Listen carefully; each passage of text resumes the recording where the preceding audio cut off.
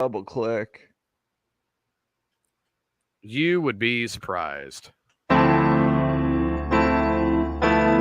know with the clicking finger.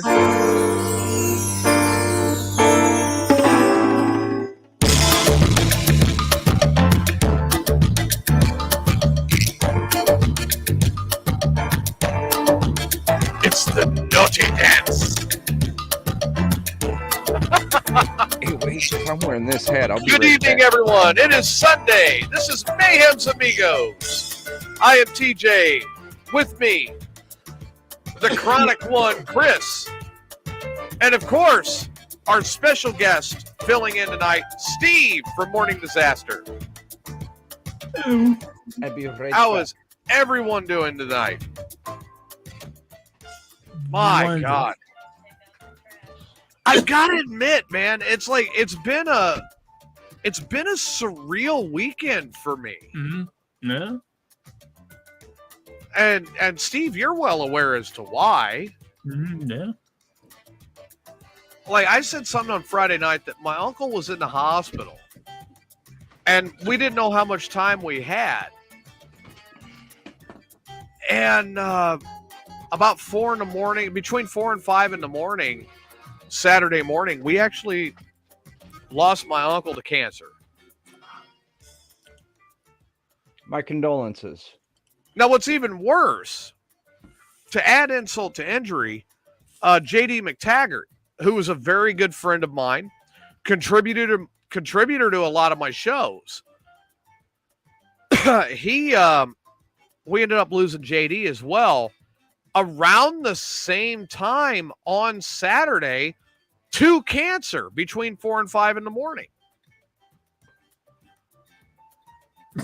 Please don't tell me the same hospital.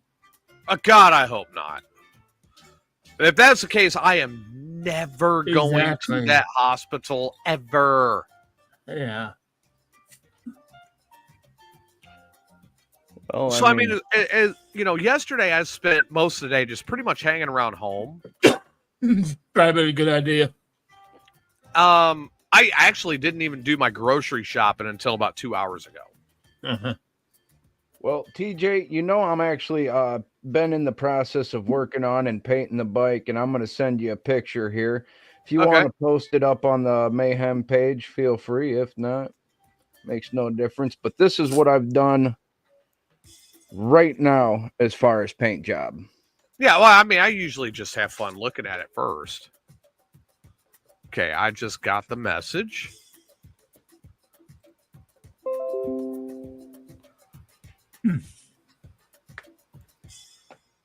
But yeah, I mean, it's been... Yeah, I agree. I would absolutely agree with that. The fuck cancer definitely kind of knocks home.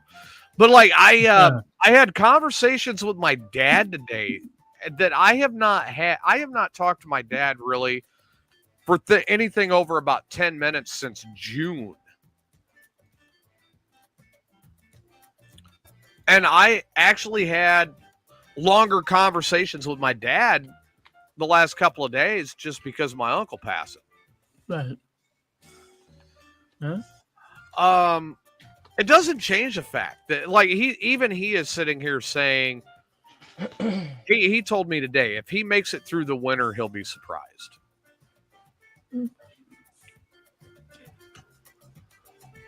But that's my grandpa, my dad, Rage, Marvin, my friend Kenny, now my uncle and JD. And it's like, that's all coming in the next couple of years. And it's not exactly an easy thing to swallow. No, not that many people. No, and not all so close together. Yeah, exactly. So close together. I mean, I think I would rather take a kick in the taint. Well, after a gooch blast. If I remember right, several years ago, that's one of the things that JD paid for. Is did you take a kick in the nuts? Yes, he did. Right. And it hurt. Fucker. I remember that. That was the good old days when I was just a listener. I think you remember watching that too. Yeah. Oh, that hurt. It looked like it hurt. It hurt like a bitch. I was going to say, if you wanted to show it, there's a reason for that specific on the rear of the bike.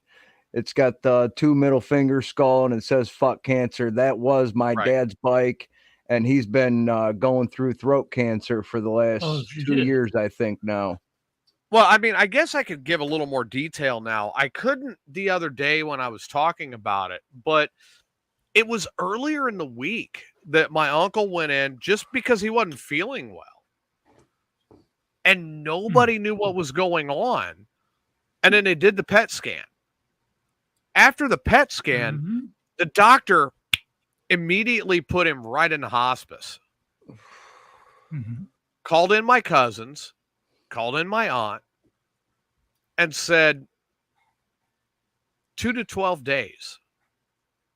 Wow, days.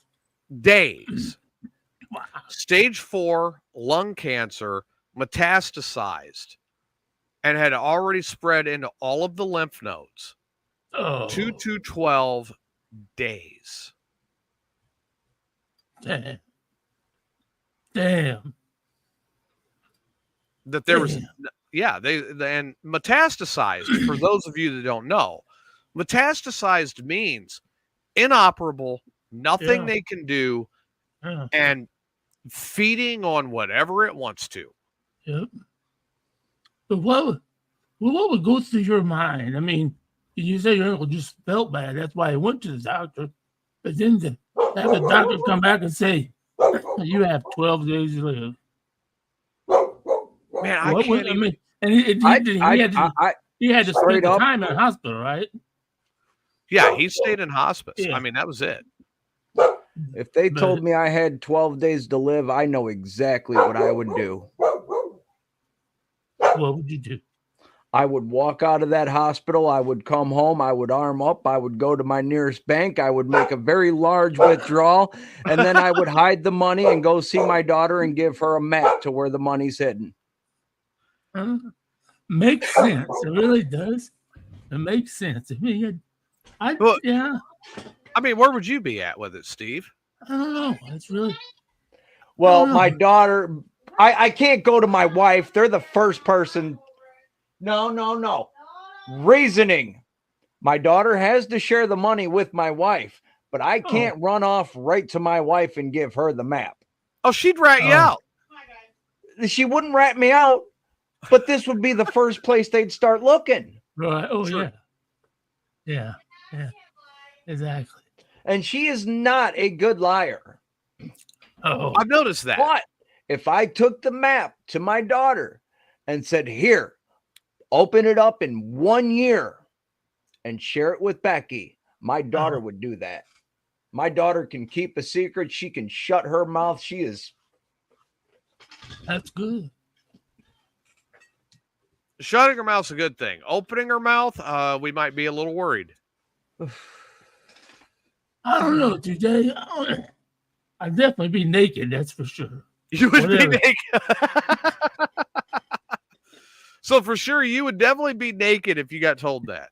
If somebody said you ain't gonna live, if somebody said to me, Steve, you won't be here next Friday, I'm gonna be running up and down the halls naked. I don't care. I'm going outside naked. I'm never going to get dressed again. If I'm going to die in 12 days, I'm never getting dressed again. I mean, I'm afraid I would spend 11 of those last 12 days in jail. Well, I keep going back to... Now, you guys have both heard Insane Clown Posse. No, who are they? Yeah, right? So you go back to the Riddle Box album. And on that album, there is a song called 12. And the first line in that song, if I got told, hey, you got 12 days to live, the first line in that song pops into my mind. 12 people will die tonight. Like, I'm going to die anyway, so I might as well take out the motherfuckers that piss me off while I'm on the way out the door. That's true. I think I do have a few people I would take with me. Now, that would be day one. Day two, I would cash in my life insurance policy. Well, one of the life insurance policies. And I would divide it in half. I would give half to Chris. I would give half to Steve. And the only rule that they would have with that $250,000 policy, that's $125,000 each.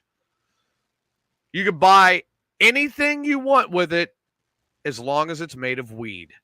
Oh, shit. What if I thought for $125,000 I can buy a dispensary? It's made of weed.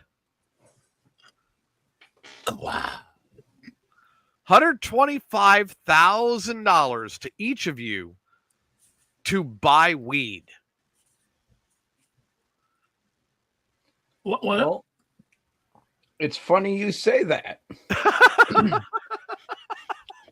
So years and years ago, I used to go up to the Great Midwest Marijuana Harvest Fest, and me and my brother, we were regulars there for 10 years running. After year 2, I started working with Farmer Bill, and Okay. I did marijuana complete history. I could do 5,000 years in 5 minutes. Farmer Bill actually was a hemp farmer, cultivator, and manufacturer. He made hemp concrete. He made hemp paper. He made hemp cloth. He used every single part of the plant. You know what? You literally do need to join Steve on Wake and Bake on a Monday morning.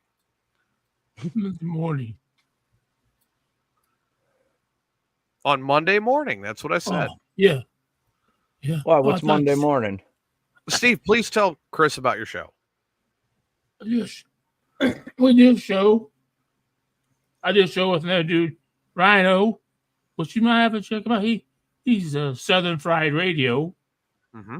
But yeah, me and Rhino, we just from 8 to we just go to about 10 o'clock. We sit and smoke our weed. And Rhino is a medical grower and patient, so I smoke the vapes and we talk about weed and we answer if people have questions about it. We have people ask, what's the difference in flower and vape? What's dry different, things like that. And then sometimes we get off the subject too. But the bad thing with Rhino is he's a Kansas City Chiefs fan, so that's a poor thing with Rhino. But I deal with probably also a Swiftie too, huh? Well, and he has a very active sperm count because he has 7 fucking kids, all at home. Oh my God! No, but it's a cool show. We just fucking. So what's the name of your show, Steve? You've kind of navigated around that. Well, it's called Wake and Bake, isn't it?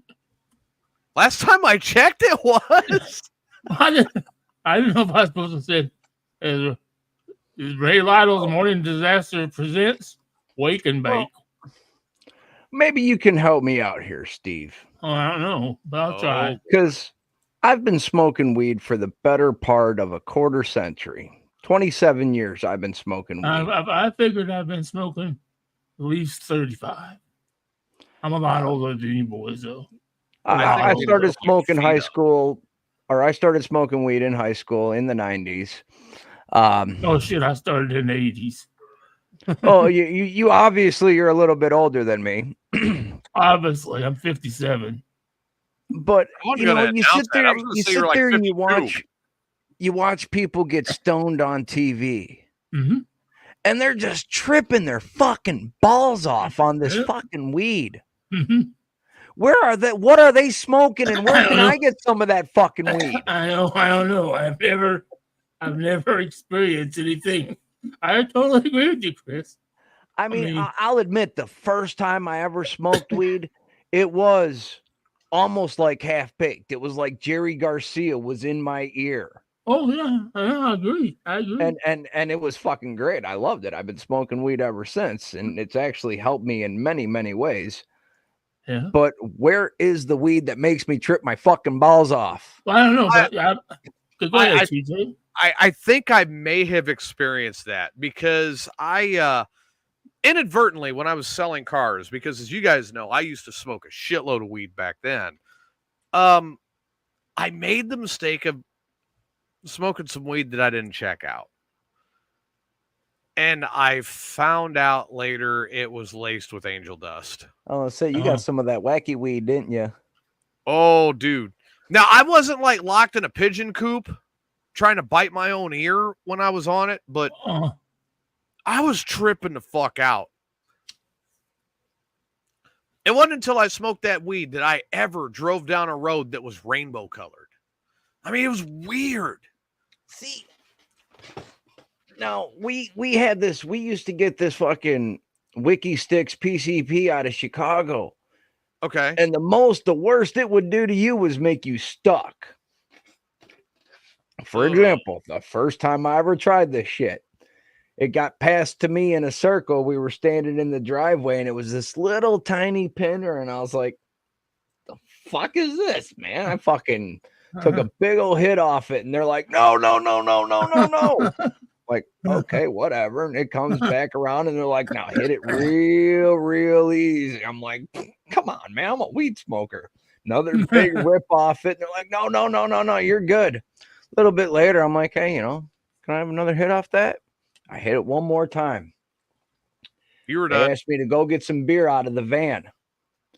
I got halfway across the driveway and got stuck and just stood there like this in the driveway with my arms out, my legs like I was going to take a step, but I just couldn't move. Kind of looked like Fat 420 the last time he was going to get laid. He's just like, yeah. Well, no, I was glad I was with some really cool people because they helped me actually get inside and sit down in a chair in front of a fan and everything, and it was all good. But that's also, it could have been really fucked up, and that's why I'm glad we didn't have cameras and YouTube and all this shit they have now back then.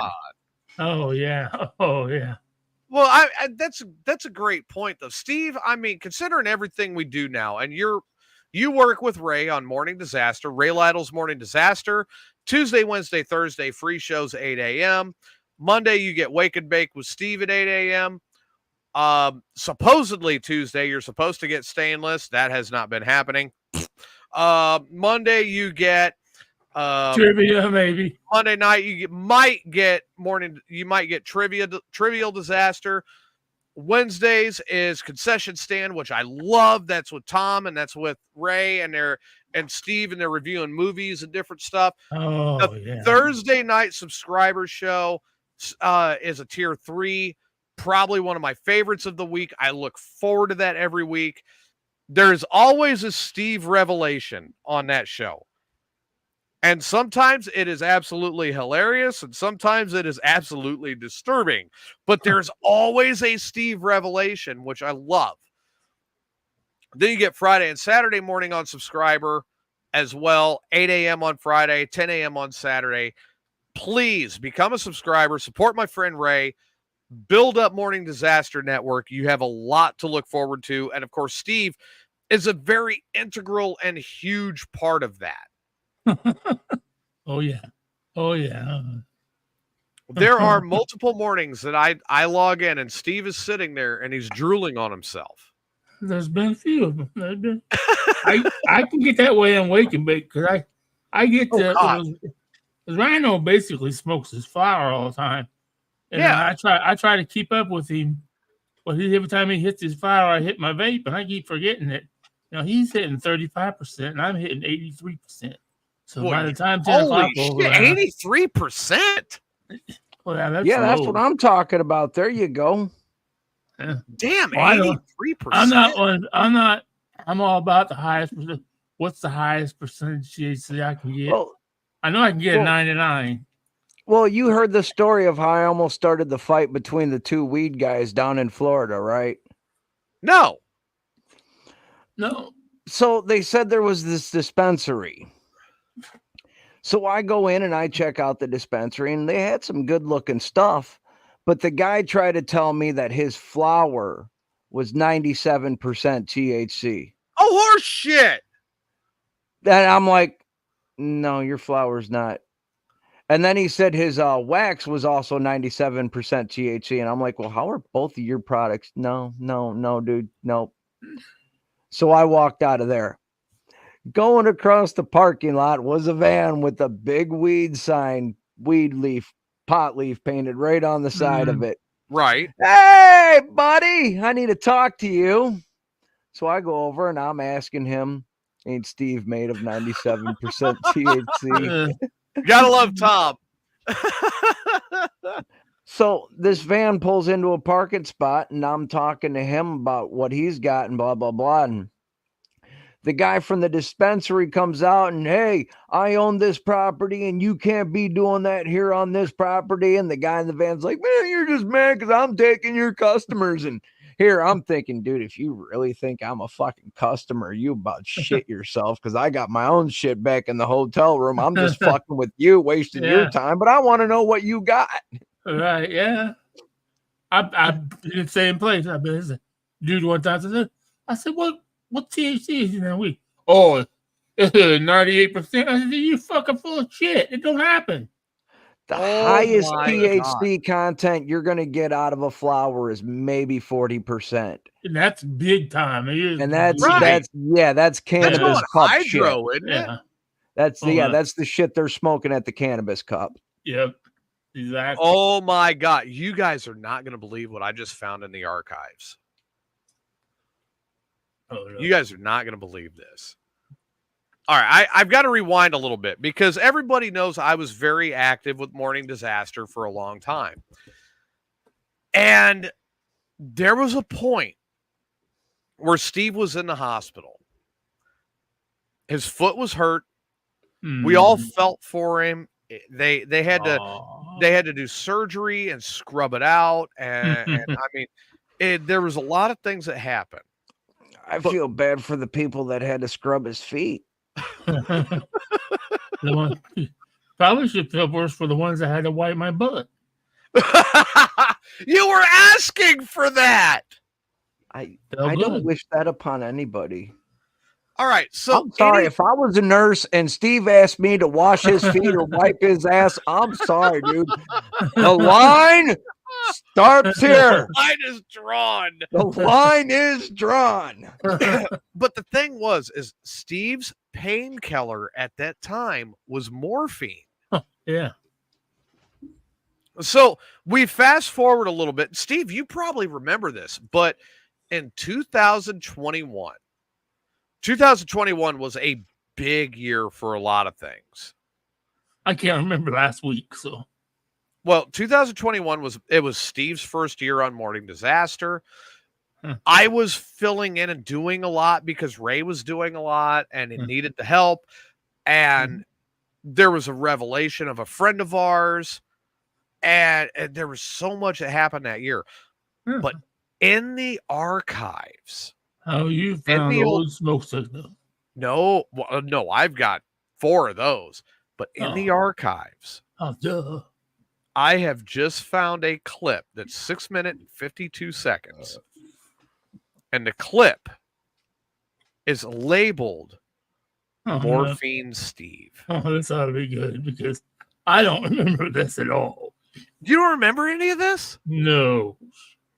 Oh my God. What do you think? Should I play it, Chris? Go for it. Yeah. All right, ladies and gentlemen, this is when Steve was in the hospital for his dirty foot. And they were cleaning the pus out of his dirty foot. And they were giving him a lot of morphine. This is Morphine Steve. Do we get to hear the Look nurses? at Morphine Steve. Yeah. Morphine Steve's so happy he's almost pitching a tent. Yeah, I almost did. What happened today in the hospital, Steve? Oh, I had a great day. Yeah? Yeah, I laid in bed. Yeah? I watched TV. Did you get that sponge bath yet? Yeah, did you get clean? Did they give you a sponge bath? Yes. I got extra clean downstairs. Oh, really? Yeah, but a good-looking nurse. Yeah. Did you pop a Woody? Yeah. You had the so today was the day they washed your balls. Yeah. And you said it was the good-looking nurse that, Yeah. that washed you. Nobody should ever have to be in the hospital with stinky balls. Yeah, I mean, you figure they would. They disinfect them, too. They had to, wait a minute. Wait a minute. Your balls had to be disinfected? Well, in case of COVID. Well, how filthy are they? How filthy? I hope they didn't use the Clorox wipes. Yeah. Oh, ow! No. They use How the lift. filthy are your balls? They use lift. I don't think I want to know this, but we're going to play it further. Are you remembering some of this now, Steve? No. I actually thinking- remember that. I remember when this happened because I was over the road still. Right. And we did the bit, and I was literally in Chicago waiting to get loaded and listening to this like, oh my God, they really had to scrub his balls with Clorox. So you don't remember any of this? I remember the Clorox, yeah. I Okay. remember this affected my balls. We're only a minute in. Let's continue to jog your memory. Rain wipes, wet wipes. Yeah. Listerine. I mean, this is what I thought. I'm sorry. I've never had to have my Better. I never had to have my balls washed in the hospital. I've never had that. But here's what I would think would happen: that they would give you something and they would toss it to you and then leave. So there you go. Take care of yourself. No, they don't. They just do it themselves. They actually wash you. Yeah. They make sure they get down out of the folds and all that. Oh, how embarrassing! Oh, How embarrassing. Dude, they went to school. They went to school for that. If they ain't seen it before, that's what I tell them. If you ain't seen it before, cut it off. Oh My God! good Lord. I don't think I want to go to the hospital. I don't want to be washed in the hospital. I'm sure these nurses go directly into nursing schools thinking, I'm going to have to wash some old guy's balls. Exactly. There's no way. I could never do that to another person. I mean, how do you do that to someone? You know what I mean? Well, Your balls. And by the way, how your balls were so filthy they had to disinfect them.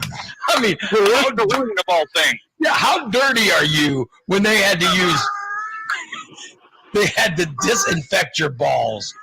I mean, you know, With Lysol.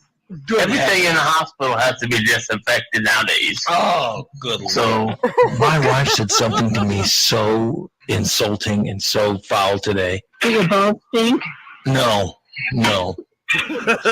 It was so hurtful and just so. She told you to take a shower? No. He would have been happy if you told him to take a shower. By the way, Irene said, this is why I quit nursing school. I'd imagine. Yeah. If you had to wash, I mean, I love Steve. He's one of my favorite people. I would never wash his dirty balls. I would never.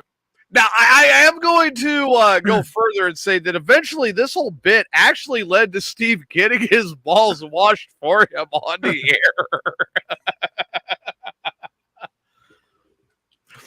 I had a lot of fun with Morning Disaster. I really did. Oh, man. So, do you see how funny you were on morphine now? I mean, Oh, you know, we all told you were hilarious when you were Morphine Steve, but are you getting an idea what you I'm getting an idea now, yeah. And we're not done. We're only halfway through. No shit. Wow. Yeah, we've still got 3 minutes and 30 seconds. Oh. So I'm going to continue this. I would say, no, I'm sorry, you're going to die. If they told me I had to wash his balls or he was going to die, I'd say, I'm sorry, you're going to die. well, if it's your job, you have to. Well, I wouldn't take a job like that. Exactly. And they don't get paid enough. If they're required to wash balls, they need a raise. They're required to wash balls. They need a raise. Then they're not getting paid enough. And wipe your butt. Yeah. Oh, my God. And they wipe your ass. What? Yeah. Wait a minute. Your ass was so disgusting that they had to wipe it. Well, after you poop. Oh my God! Way to go! You couldn't wipe yourself? Couldn't Maybe we should change the name. Maybe we should change the name. Not Morphine Steve, but Bedpan Steve. Bedpan Steve, there you go. Urinal Steve. So you pooped in the hospital. Yes. And you could not wipe yourself? Oh, for heaven. I mean. Did you use my the God. bedpan or did you use the toilet? Did you get up and go to the bathroom? No, I can't walk. Oh, I am bedridden right now. But they have a wheelchair. Couldn't you have gotten in a wheelchair or something? I have to stand up. I can't put any weight on You my have to foot. put pressure on the foot. Just stand on your left leg or whichever. What's the leg that isn't? My right doesn't have leg. to- all right. So stand on the right leg. Like I can support 400 pounds on one leg. Well, I can barely guess you support could. 400 pounds on two legs. Oh. So you pooped in a bedpan. Yep, they roll me on my side, then they roll me back on the bedpan, and they leave the room, and I go, And then you poop. Yeah. yep, and I said, I'm done. Sound effect. Yep. I want to make sure you guys get the full effect. And then you have to put the fan in the bathroom Oh and my do that. God. And then so you got done pooping. And then you called them back in and they wipe you?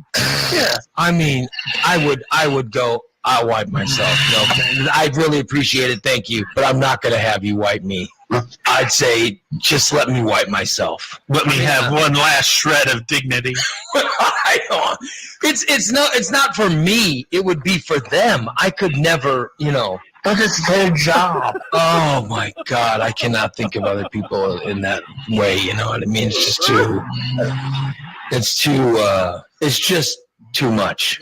You know what I mean? Chris looks like he's gonna put throw other up. people through that. I mean, good Lord, I can't believe that has to Part of your happen. biology. Oh, so then what?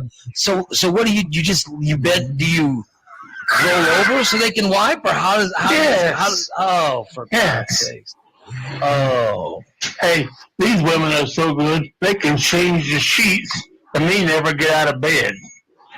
they change the sheets while you're laying in the bed? Yep. I used to work in a hospital, and I can verify that they can do that. Yeah, How do they do that? they have a technique of rolling up the sheet, putting it under him, and then rolling him back over it, Oh and my then God. rolling out the other side of the sheet. I'll be damned. I'm thinking of just the amount of shit that's on the sheet. I couldn't even imagine. Morphine Steve. Yeah. So, by the way, you can thank the producer of that bit, me, because I did do all the production work to make that a clip. Thank you. Thank you. And you could hear me in the background while I was trying to maneuver the truck. And I'm trying to make comments, but I'm like getting broke up throughout the whole thing. But you, Steve, you don't remember any of that clip. Well, there. Well, talked about putting me on the bedpan. I think I remember that. Right in there is when I started remembering. Because the one time I had her wipe me, but I was in the toilet, and then I found out that it was a gal that Ray used to coach basketball to, about softball to. I know Ray Lyle. Oh, really? Oh, no, you didn't. You did not bust Ray out while you were in the hospital. Oh, yeah. Oh, because anyone who knows Ray personally knows, don't go anywhere and say you know him. No. This is while someone's wiping your butt. He hates that.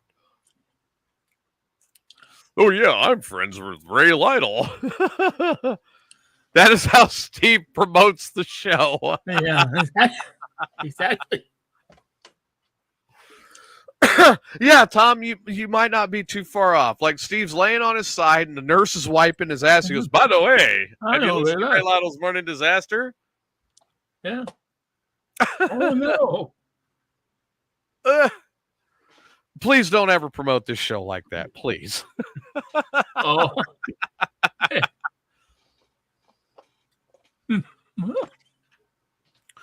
thing I've said multiple times is in individual markets, I'm not really worried about what's going on. My goal is to actually build this show up on a national and eventually international scale. That's what I would like to see with this show. It's going to take time. Oh, yeah. But we're growing now. And like Tom's been a huge help. He spreads the word. He gets everybody, he lets everybody out there in interweb land know that we're here. Yeah. Well, tell them also to listen to Asgard Radio. Yes, exactly. I mean, we're doing that too. What do you do? I don't know how I get that. What, Asgard Radio? Yeah. Tune in Just radio. go to asgardradio.com. Oh, or okay. go to Or go to the TuneIn Radio app and look up Asgard Radio. I'll have to do that. But hopefully here soon, as things continue to work themselves out, I'll be able to be on the air on Asgard, which I'm really looking for. I have not done a music show. Like, I'm putting this in my book. Like, I have not done an actual music show since 2006. Where it is since last week. Yesterday. Yeah, right. I love doing it. And I tell anybody out there too, if you got a day, 2 hours once a week, hit me up. We're always looking for DJs and people that like to just sit around and listen to music. You can do it while you're cleaning your fucking house. Good point. Like, seriously, just let the music play, and every 20, 30 minutes, I come back to the computer and click, after the song's over, talk a little bit about that song, throw down the next list of songs I'm going to play. I don't have to do the weather. I don't have to do sports, none of that stuff. Talk about what you want to talk about, and then get back to some music, and then go do shit around the house. Little Lamb Show on Rock 106 and 103. Yeah, I mean, and then go back to fucking around the house while listening to your music. If there's a specific amount of time you gotta go. I mean, you have to go 2 hours. You have to go. No, they'll set you up for where it works for you. My average show for our DJs is about 2 to 3 hours. Right. But I mean, I've actually done 16-hour shows. I've done days where I was just on for an hour. Right.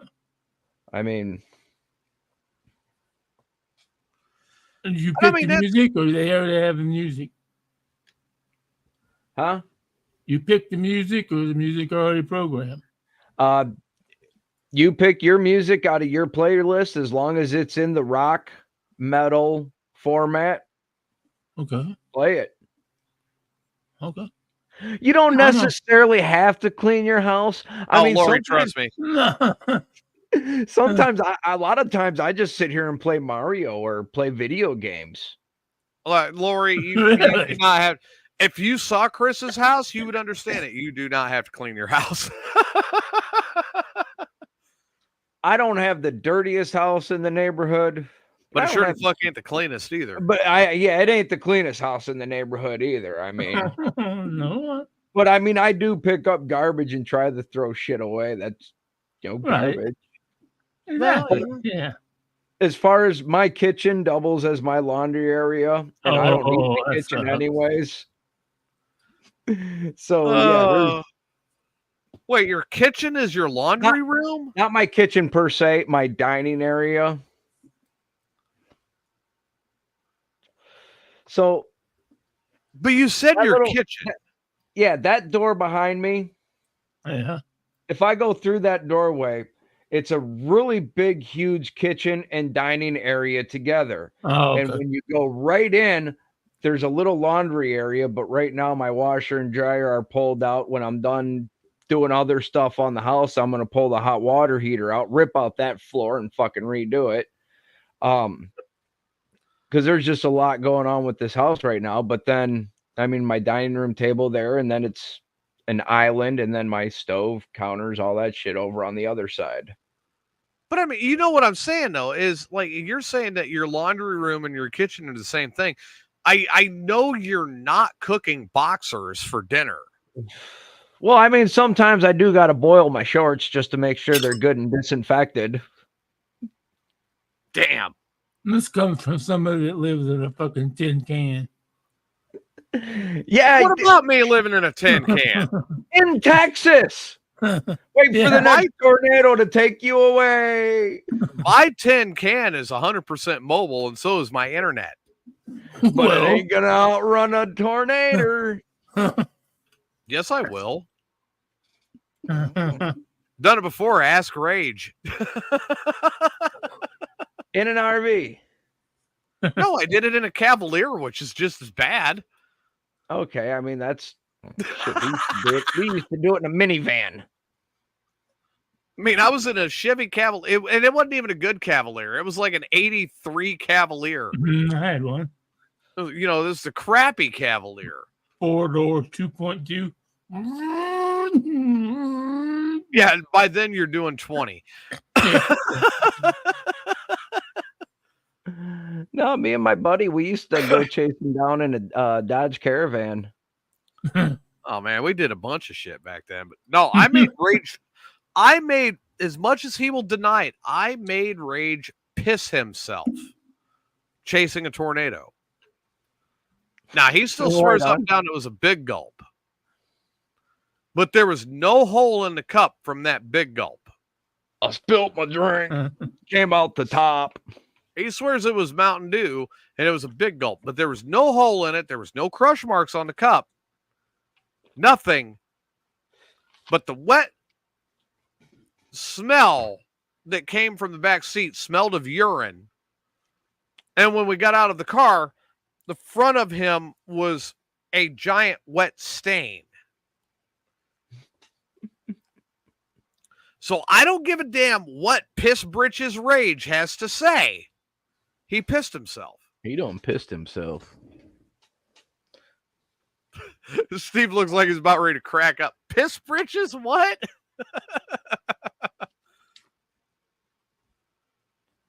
There we go. Now, but I mean, that was just like, that was one of them things. I'm like, no, that was Piss Britches Rage.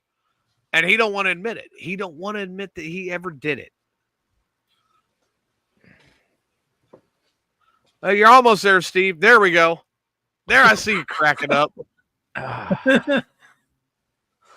Yes, he was Piss Britches Rage. If any guy ever wanted to bone Rage, he pissed his own lube all over his pants to make sure that they had plenty to slip right in.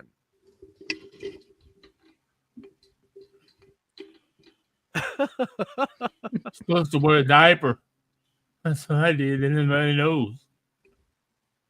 That's right. You went, that's right. You were wearing a diaper or something, right? For a boo crew. Yeah. Speaking of people who are known to piss themselves, did you guys see the Rock and Roll Hall of Fame induction last night? No. What happened? I haven't heard. Well, Ozzy got in. Yeah. And that was finally. Yeah, finally. Along with, I think, Sammy Hagar. But a lot of them had nothing to do with rock and roll. What? Mary J. Blige, Kool and the Gang. A bunch of R&B people. Right here, class of 2024. You know what? This is what I was afraid of when NWA got in. Is it exactly that would happen? Yeah, okay. So here is your performer categories for the Rock and Roll Hall of Fame. The inductees, music highest honor goes to, of course, I already said Ozzy, and it's about time. Other than Ozzy, you got Peter Frampton and Foreigner, and that's about it for rock and roll. Because then you got Peter Mary Frampton J. and Foreigner, I could see. Mary J. Blige, Cher, Dave Matthews Band, Kool and the Gang, and a Dave Matthews is kind of teetering. Dave covered about 3 or 4 different genres. He's kind of teetering. I would call him 90s college alternative. Still kind of guiding into the rock category with the alternative side. Yeah. But I mean, Mary J. Blige never done a rock song. No. Cher, I could see if we're talking Cher up until the 70s. Okay, hang on a second. So I as we're going through this, I've got to get Steve involved with this, okay? Steve. Yeah. If she was laying on your couch next to Alondra, butt naked, would you do Mary J. Blige? Yep. Yeah, heartbeat. Steve, if she was laying on your couch after all the plastic surgery and how it has failed, naked next to Alondra, would you do Cher? Is she wearing that outfit from the Turn Back Time video? And do I get a paper bag? No She's and no. Naked. It don't matter. I'm take bagging the bitch.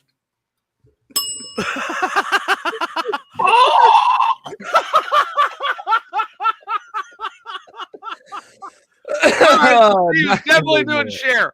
All right, continue. Cool in the Gang. Oh, Steve! And A Tribe Called Quest.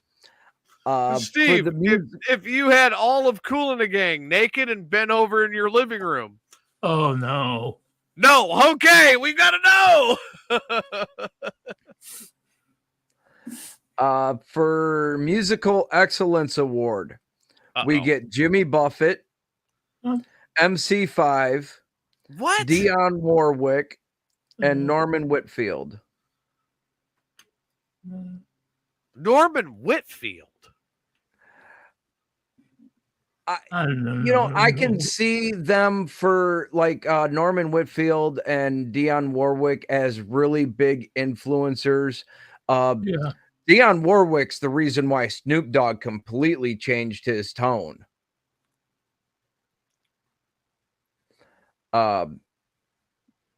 Basically in the 90s when he was working with Suge Knight and they were doing the Death Row thing and going full gangster. Yeah, that's what I said. So you said Sludge, I said Suge. Yeah, Sludge Knight. Yeah. So Dionne Warwick went to Snoop and basically said, hey, man, someday you're going to have kids and your kids are going to grow up and you may have daughters. Do you want your daughters to be listening about music about fucking hoes and blah, blah, blah? And that's when Snoop started writing his lyrics a little bit differently, changed his tone. Right. So we also got Alexis Corner. He was an influencer. Oh, okay, wait. Steve. Naked, next to Alondra, on your couch, Alexis Corner. Yes or no? Oh, hell yeah. Okay. You obviously don't know who that is. No. Alexis Corner was a guy. He had a major impact on rock and roll.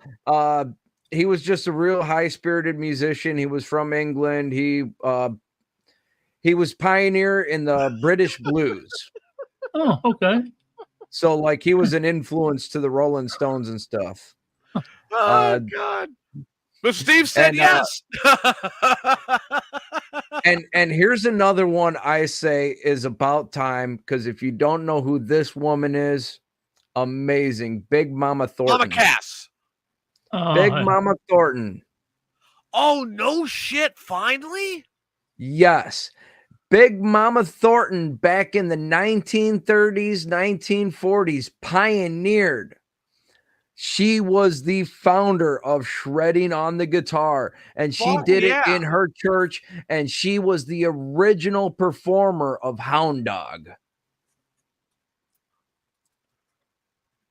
And she was a BBW. Yes.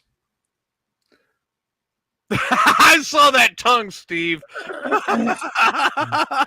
I'll go as far to throw in the BBBW. Oh, there you go. Yeah, it's okay. It don't make no difference. They float better. BBW. Steve, what do you think of the BBWs? Oh, BBWs are great. What if you had a BBW that was a squirter? Oh, I've had one. She Really? said- oh, yeah. Wait, Well, okay, time out. I got to hear about when, this. when I lived in Chicago, she was one of my plenty of first dates. And she was a big-boned woman. Oh yeah, yeah. She was a real big. She was maybe 300 pounds. Uh-huh. I gotta go on the couch, and man, next thing I know, she says, "What the fuck are you doing?" Fucking, I'm sorry. Fucking, the couch is all fucking wet. What the fuck are you doing, bitch? Snail trail. See, I had a girlfriend. I had a girlfriend at one point that she was a squirter, but like just about as she was ready to like, you know, get off. Yeah. My thing got pushed out Uh-huh. so she could squirt. And I'm like, and it was like with force, like I'm shoved out of there, you know.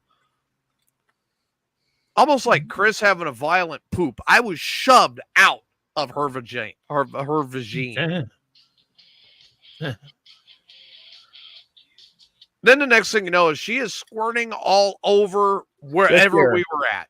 Has Elizabeth been home? What? Has Danielle been home? No. I have a feeling we are in trouble. 5 and then leave at 6, and she didn't come home. No, I thought she was going to be home at. I'm not in trouble. She's wondering where our daughter is. Well, call her and find out. I did, and she didn't answer the phone. She's out chasing new vagine. The store closed at 5, and then she was coming home to get ready, and she had to be at Megan's at 6. It's only 5:45. Yeah, well, she works less than a minute away. She's currently out chasing new slant tail. Or split tail. I have a feeling now I am in trouble.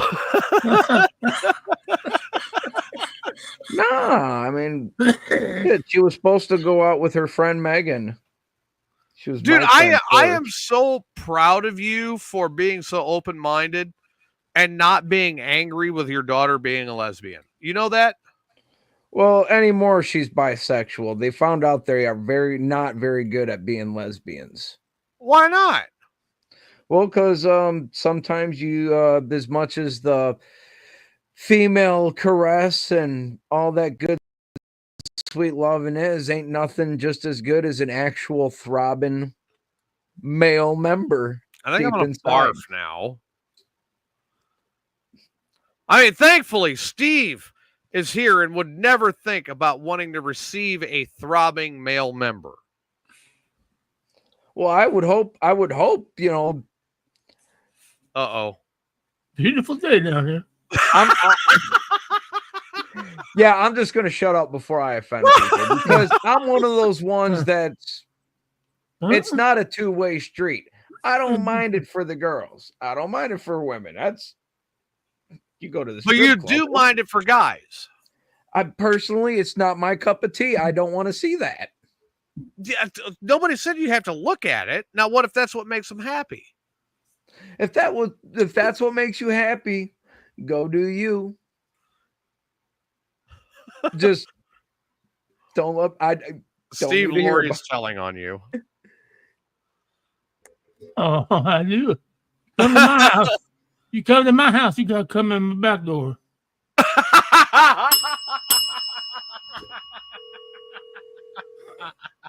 You come over to my house. Your mother is looking for you. Oh, okay. I just pulled up. I had a last minute customer that lasted a minute. Okay.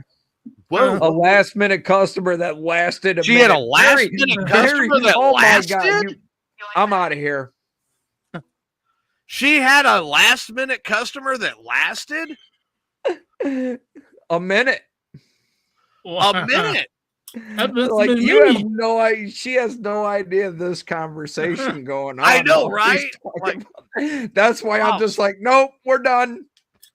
That last minute customer that lasted. So that means that tongue had to be injected with Viagra. Woo! I mean, what would she do with a tongue that stayed that hard that long? Well, you know, if you ever watch Larry the Cable Guy show, that's a working man's tongue. All right, I have got to refuel my drink and I've got to go hit the bathroom. You guys have thrown a gauntlet down at each other, and finally, I have the two of you together. The smoke off.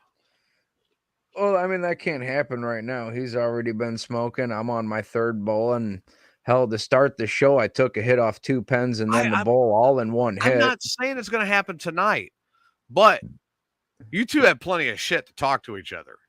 We do? I'm not big on talking shit. I'm not big on talking shit. I'd rather fucking throw down at the event and put my money where my mouth is. Okay, well, all right. I am going to as like doing this as an event, we would have to first off allow a place, find a place that would allow us to smoke weed, because we would do a live show with it where we're just sitting there playing dominoes, playing cards, whatever, smoking weed back and forth until someone taps out.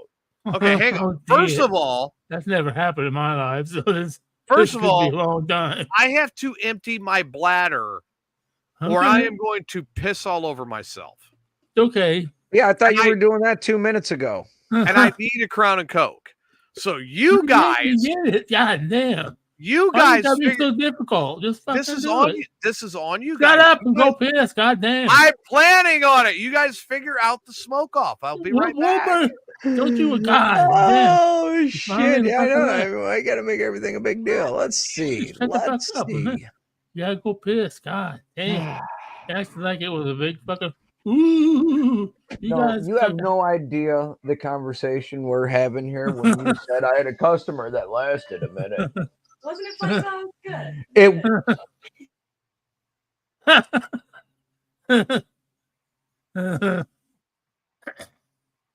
Oh, Lori and Tom in the chat room. Hey, Lori and Tom. What the fuck is DJ's picture up there?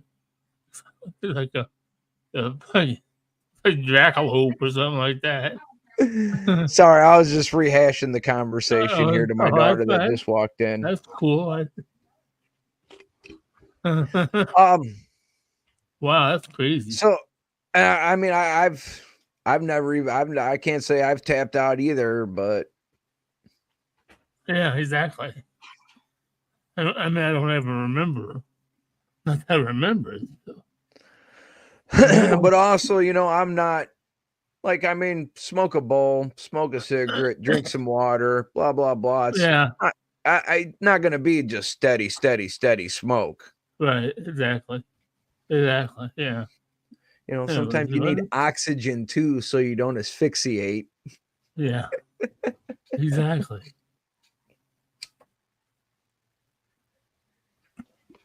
And you're in Springfield, right? Williamsville, right outside Springfield. Springfield, fuck, Central Illinois. Yeah. All right, because my wife said my daughter's planning on going up there in about a month if I want to go, but I'm gonna have to talk to my daughter, because if I go and we take my car, I'm sorry, I'm dropping my daughter off and going to do my thing. Right? Yeah. Because I still got some business over in Iowa. My dad and shit, they're all over there. But with what you said earlier, after I turned 18, I did move back to Morris, Illinois, and all over the Chicago area, except for 2007 when I went out west. Right. You just have that northern yeah, Illinois. I live in. Dude, everybody down here where I live, 5 years later, where are you from? Yeah. I'm from up north, and I've noticed I've started to pick it up in some things I say, but I try. Nope. Right. I don't. I can't do it. I don't want to sound like that. My Aunt Lorna, when we were little kids, she lived up in Illinois, and she had the Midwestern accent. How are you now? Well, fucking, she moved down to Arkansas. I saw her 15 years later. Hey, y'all, how you doing? Bless your heart. Yeah. Shit, what the fuck happened? You talk like a hick. No, you sound like you're from Chicago. I'm talking about other people down south and what happens if you stay too long. It happened to my Aunt Lorna. She moved down to Arkansas. She had the great Midwestern. How you doing now? Fucking saw her 15 years later from Arkansas. Hey, y'all, bless your heart. The fuck? I'm glad you all came down to visit. Bless you all's heart. Well, somebody asked me a couple of weeks ago what I thought of us. I've been down here for a few years now, and they says, what do you think about Southern hospitality? I said, it ain't got shit on Midwest polite.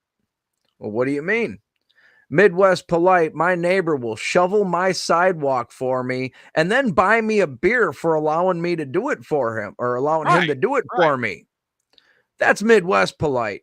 Southern hospitality is bless your heart. And I know what the fuck that means. Yeah, that means you can fuck off. That means you're a fucking idiot.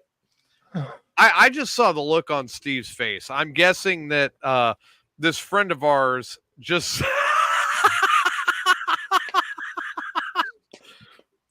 he just saw the picture that was sent by a friend of ours. Oh, little smiley faces. I'm assuming that was a good picture. Oh my god! Oh my god!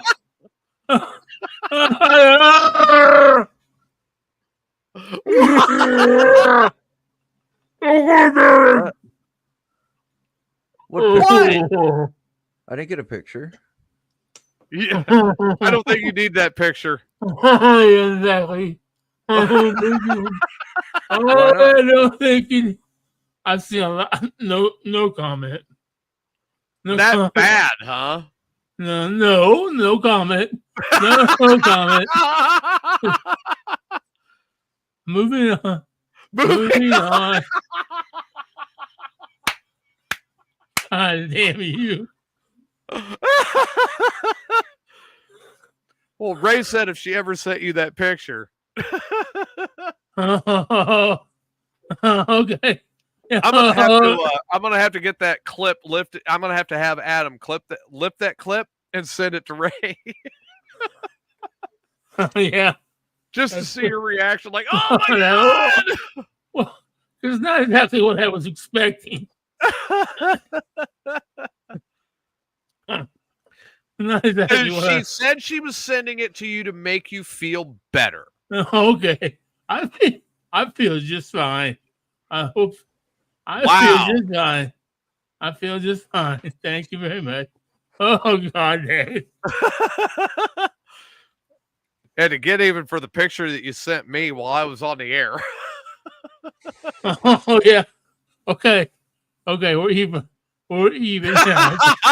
We're even. We're even now. Wow. Oh god. Yeah, I can't even look at my phone now.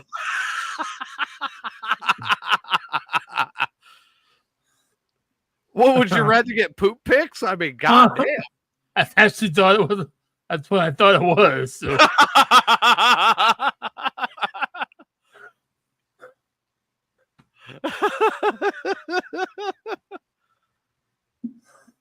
Oh god. You got to create entertainment where you can. Yes.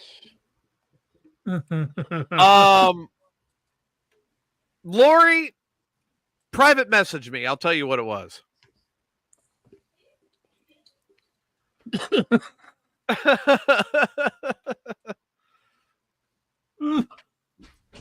Oh my God. Yeah, like, what's going on here? Oh, trust me, it was definitely worth the reaction. Well, me and Lori, we're left in the dark. I will fill you in later. Lori, I could type to.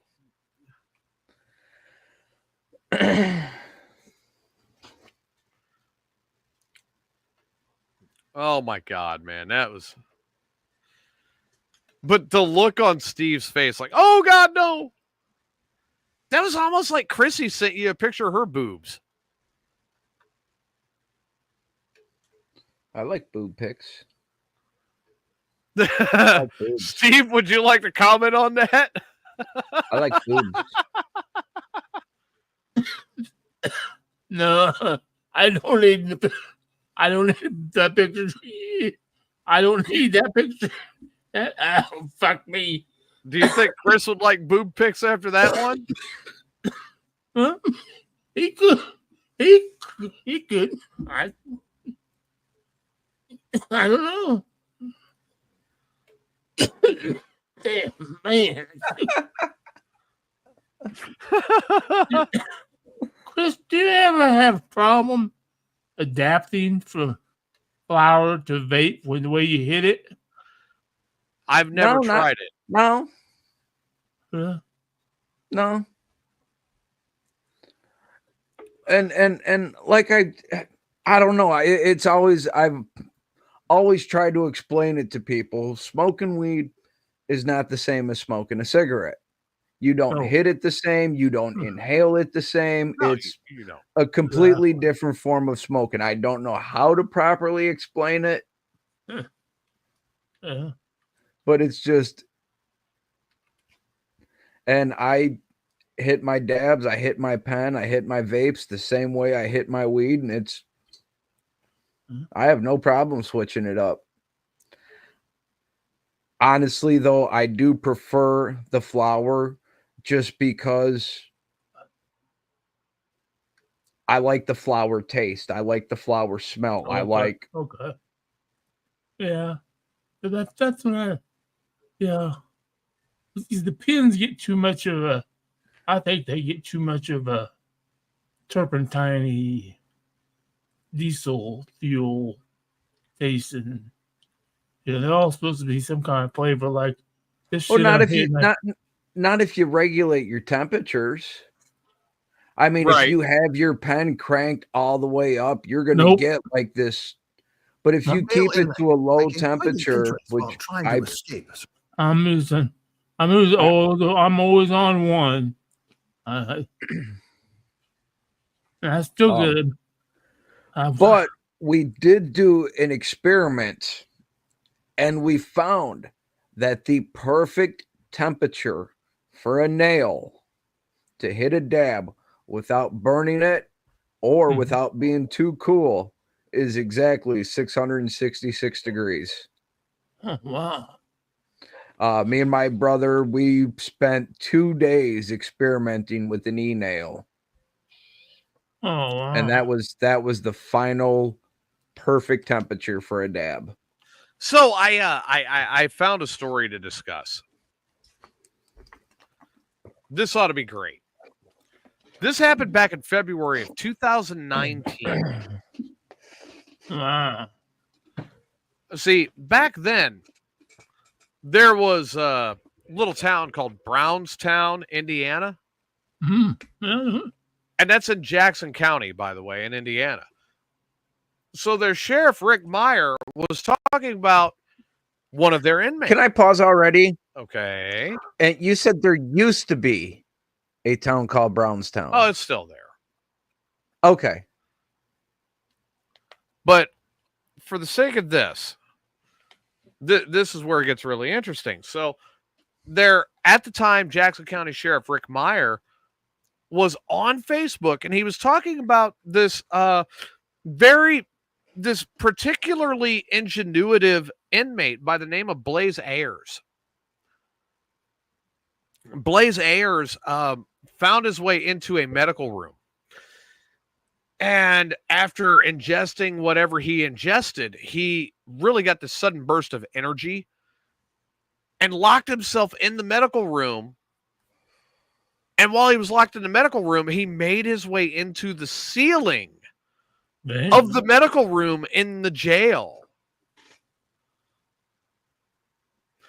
So, over the course of about a week, he was making his way through the ceiling to try to escape from the Jackson County Jail. When all of a sudden, there was this weak point in the ceiling.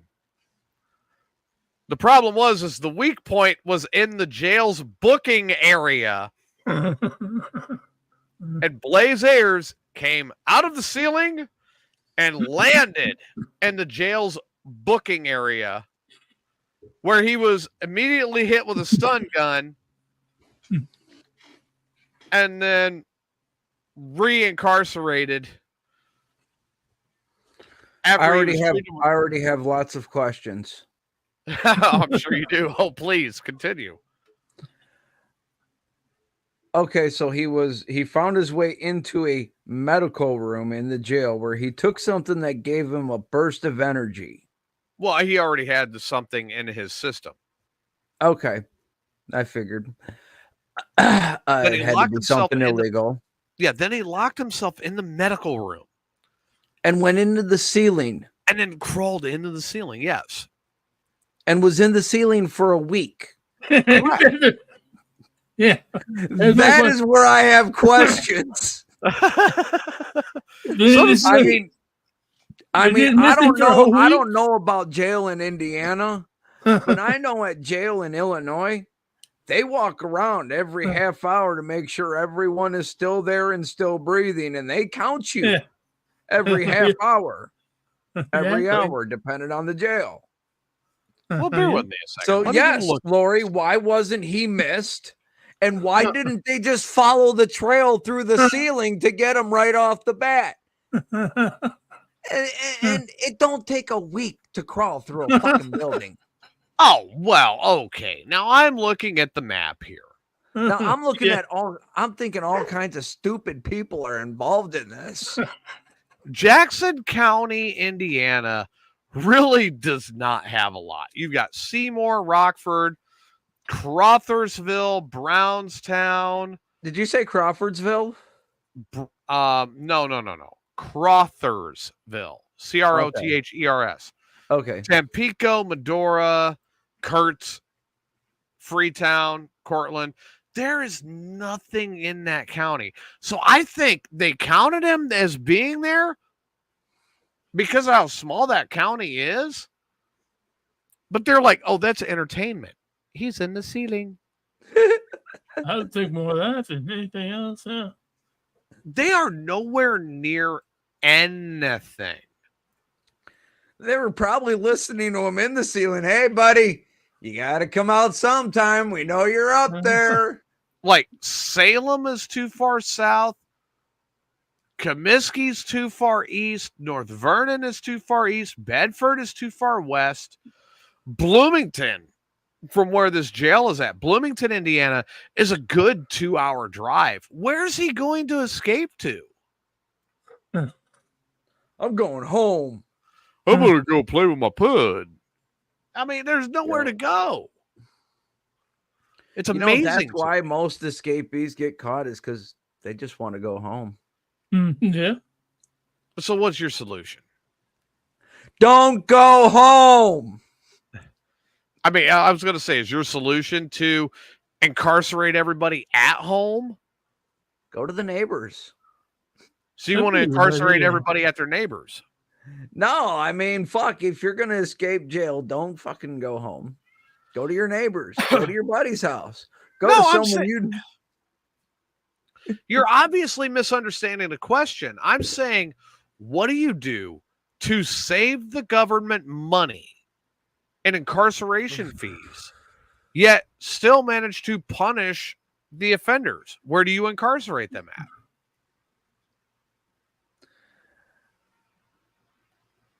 You don't.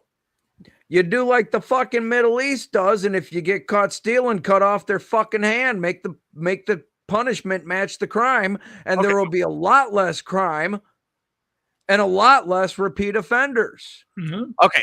Well, let me go. When it comes to your murderers, there will definitely be a lot less repeat offenders. Okay, let me go with it this route. I'm going to have to work with Steve on this. Let me go with it this route. Steve, let's say you were arrested for public masturbation. Never been caught, but okay. Okay. And they convicted you. Should you be incarcerated in a jail, or should they put an ankle monitor on you and incarcerate you at home with a laundry? Can I give you a third option? Yeah. Yeah. I'm all ears. I'm all for them bringing the stockades back. Little public humiliation. Mm-hmm. Set them up at the town square and let us laugh at them and throw rotten vegetables at them. You want to bring back public humiliation? Make people go buy food stamps, go buy food with Monopoly money food stamps. Nah. Get rid of that goddamn debit card. They wouldn't get there. That wouldn't make any fucking difference. Nah, there's a reason why they took away the paper food stamps. Bring back government cheese. Well, yeah. Those paper food stamps were just as good as money. Fucking right, they were. Bring back government cheese. I mean, you go to the store, you get a $1 item, you pay with a $20 food stamp, bam, you got $19 cash. Exactly. Really? Yeah. Yeah. Did it really work? You didn't know that? No. Well, okay, look, my family was poor but proud. Okay. So, like, we didn't have money for shit. All right. But my dad absolutely refused to take help from anybody. We never had food stamps. Now, the only reason I knew about government cheese is we had friends that would bring over government cheese so we could make macaroni and cheese out of it. The government canned pork. Fuck. Oh, God. Yeah. See, Steve remembers. Or the government canned chicken. Oh, canned chicken was the canned chicken was fucking salmonella in a can. Yeah. But I mean, yeah, government cheese, the big cans of government peanut butter though. Oh man, that made the best peanut butter and jelly. With the oil on top, you you got to stir in the oil. It's real good peanut butter when you got to mix that oil. Steve, you remember that, right? Oh yeah, God, that's good fucking peanut butter. But no, my dad he absolutely refused to take any help, so we never had the old paper food stamps. So no, I didn't know anything about this at all. Well, growing up, they would actually give you like cash change on the paper food stamps. Yeah. Yeah. I didn't know that. Well, I grew up as a rich kid, but once I went to school, once I was introduced to the drug scene, that's when we realized, fuck, we can get on food stamps. So me and all my roommates, we went and got on food stamps and shit. So but none of us wanted to fucking work. They said we were supposed to work. And I would rather party than work. That's what we did. Fuck, we had a cabinet, and the only thing we had was government honey, government rice. Oh God, government honey was great. Yeah. You know what? You got to cook that rice before you put it in that honey. It don't. Hell yeah. But if you did if you had bread and you did the government peanut butter and the government honey, yeah. Oh, there's tang sandwiches. Oh yeah. Little bit of that government honey and some tang. There you go. That was a good one too. Yeah. Fucking kids will never know how good Tang was. Man. I love Tang, especially that Poon Tang. No. You see how clean and shiny and pretty my car is? And you're going to let your daughter drive it. I don't want to, but I guess her mom said she could. See, I'm having a hard time letting go of my keys. Yeah, you're fucked. Her mom said you have to give up the car. You better fucking take them before I put them back on the desk. Thank you. Have a great day. See, this is the beauty where like Steve and I are at. I could be ordered to hand over whatever keys that I'm ordered to hand over, and I don't have to do it. Well, and Steve's the same way. Like, look, Jergens is cheap. Fuck you. I'm not giving you a set of my keys. take the other car that you take around everywhere. Exactly. Take your car. Well, wait a minute. Yeah. Why? Hey, by the way, your car? Well, she has a car. No. She does have her own car, but Then she take needs her a new own car. tire. Oh, She no. needs by the way, Chris, I need your help. Oh, shit.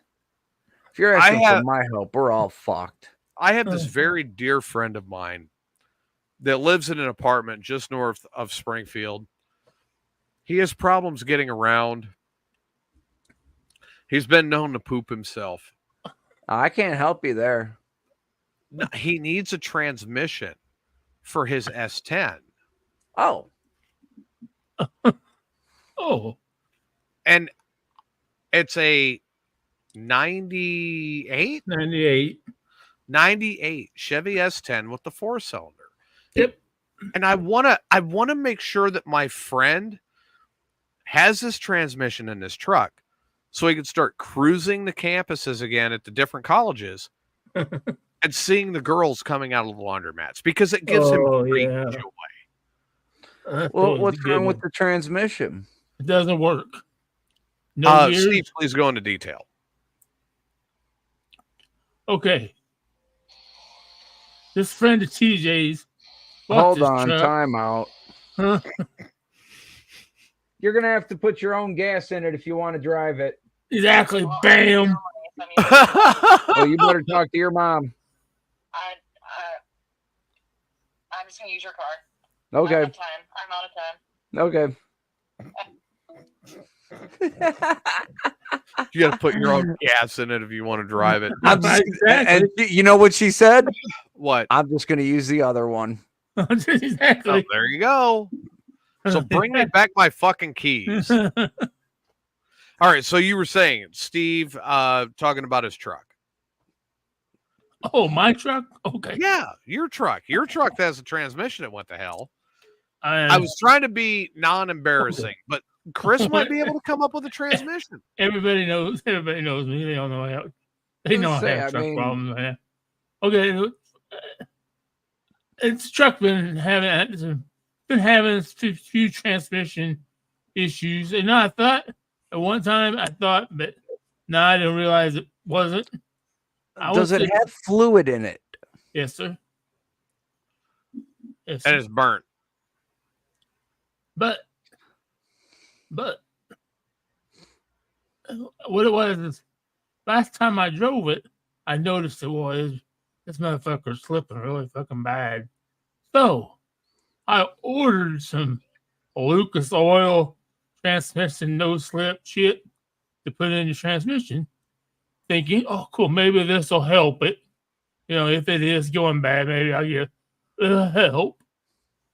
And so I started that truck sat a few days, got cold, started it up, let it warm up, put the shit in, you know, everything. I'll go put it in reverse and go, and like creep backwards. I thought, what the fuck? Oh, well, maybe it's cold, so I put it warm up, put it in drive, and we roll forward a little bit. And it just smoked like a motherfucker. Sounds like Steve blew a tranny. Exactly. Oh, gross. It needs a new transmission. I'll tell you I'll tell you what you do. You call a junkyard. Well, And you tell them the make and model of your truck, and they may have a transmission. Those calls are already in. That's why I'm asking you, who lives in Central Kentucky, any chance? Maybe, possibly. Let me take a quick phone call. Well, mute your mic.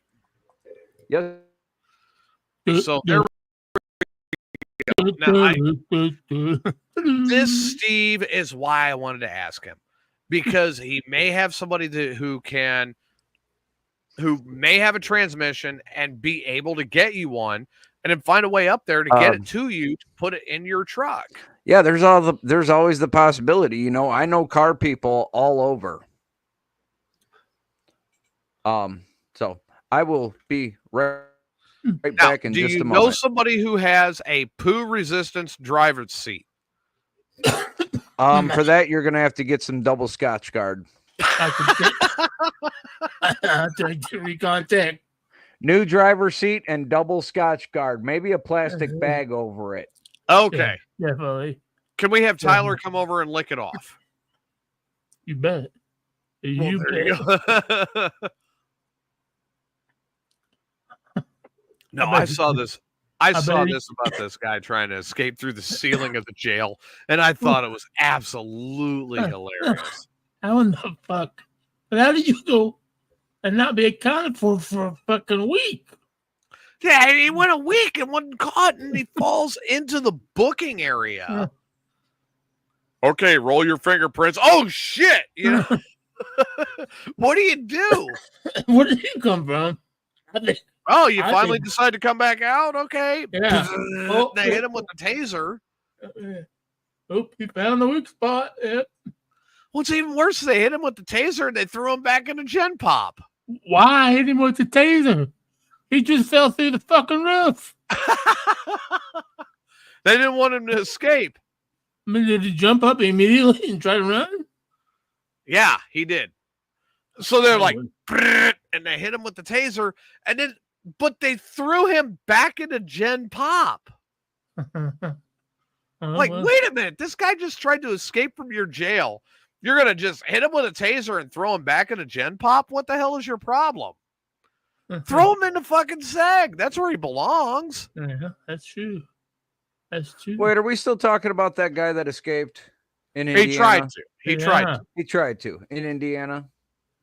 No, like well, we were. Like I said, and I think Lori agrees with me. Make examples of these people.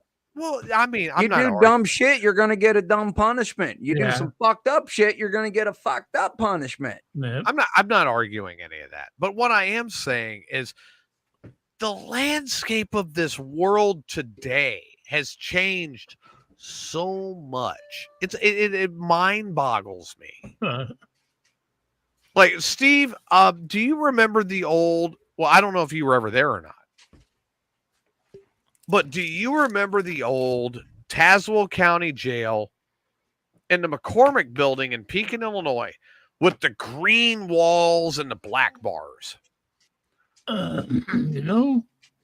No? I'm not going to say. I might have, but not as a prisoner. I worked for a lock shop. A locksmith, indicator, Bob Lock Alarm. They went to a lot of those jails back then and had to go work on the locks and shit. I'd go with him. I was his muscle. Okay, so remember, keep in mind that was in Pekin. That was the Tazewell County Jail. Chris, were you ever locked up there, the old Tazewell County Jail? Nope. I will reluctantly admit here, I was a regular visitor. But I have been in the old Livingston County Jail, which is now a historic site, and they are proud to claim that I believe it was either Sylvester you were there Stallone. A lot. No, they're proud that they locked up either Sylvester Stallone or Patrick Swayze. One of those two. Probably got locked Patrick up there. Swayze.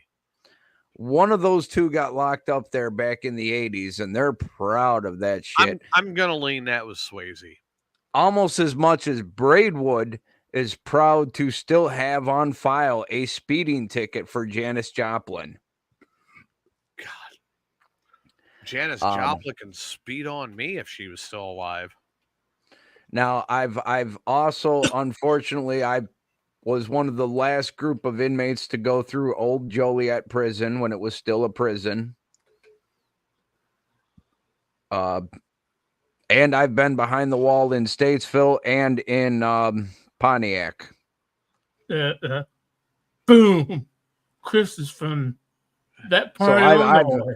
I've actually been in 3 different maximum security prisons in Illinois. Holy shit. I feel sorry for you.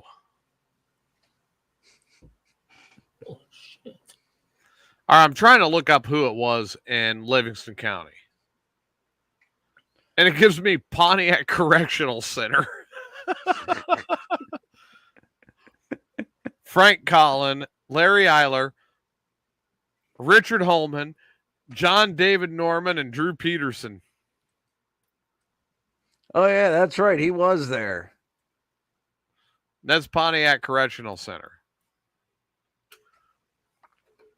That is probably one of the most fucked up places I have ever been in my life. What, Pontiac? F House Tier 3, Cell 7.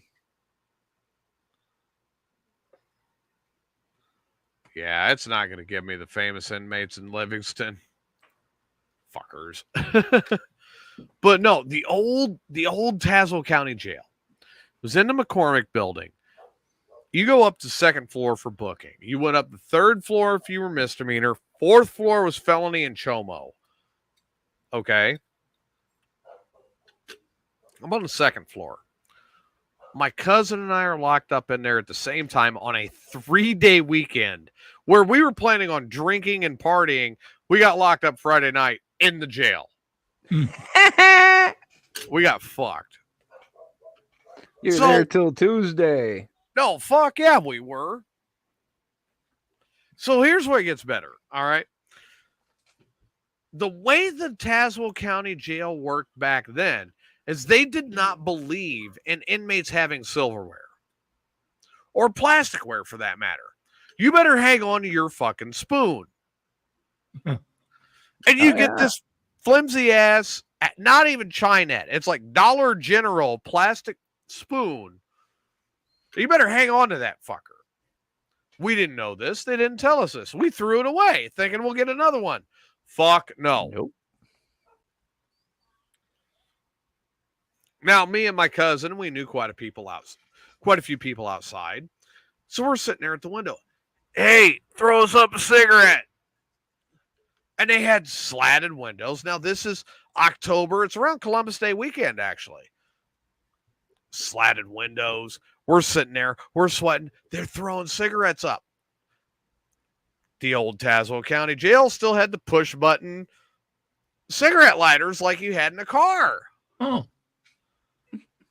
cool. I got a cigarette.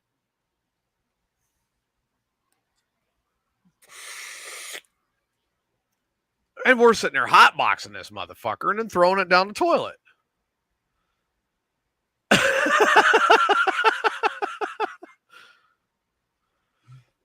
Somehow we did not blow up the jail with that much turd going down with a cigarette butt. Oh, yeah. So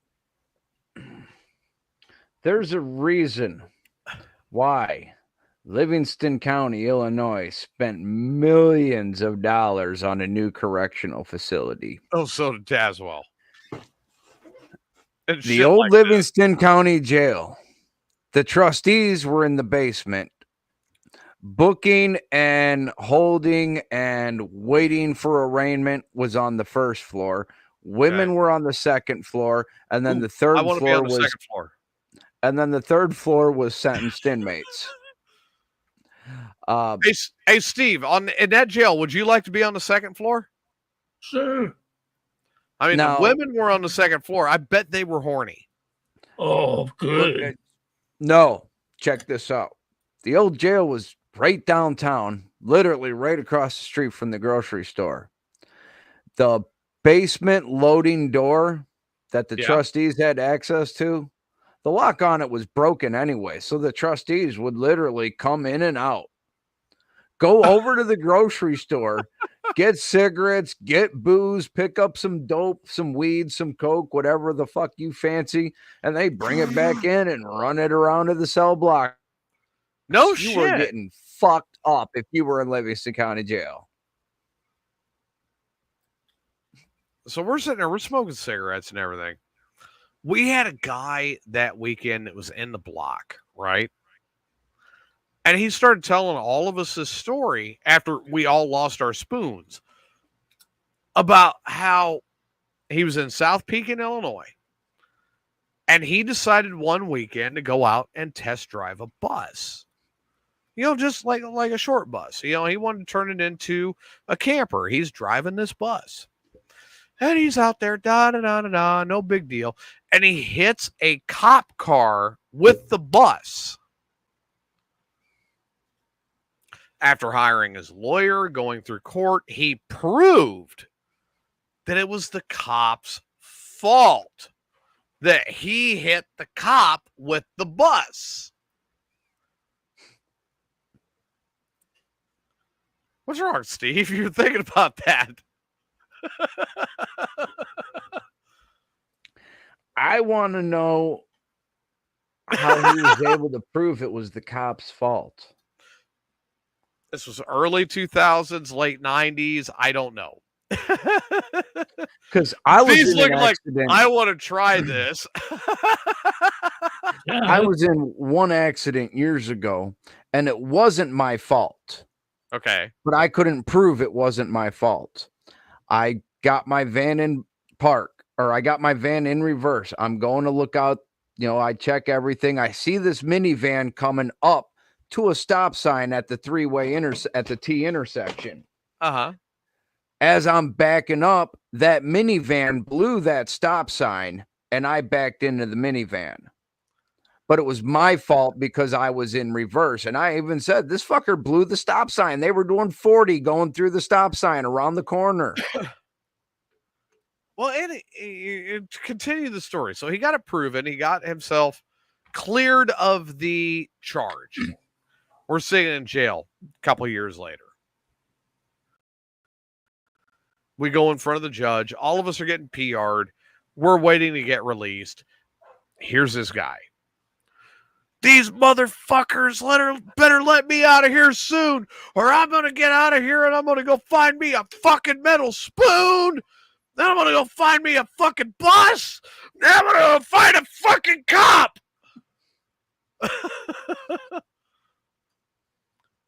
Forever till the day I die, he will forever be known as Spoon Man. Spoon Man. You got it, because we were singing that all the way out of the cell block when we were all released. Spoon Man, come together with God's hand, save me. Dude, we have.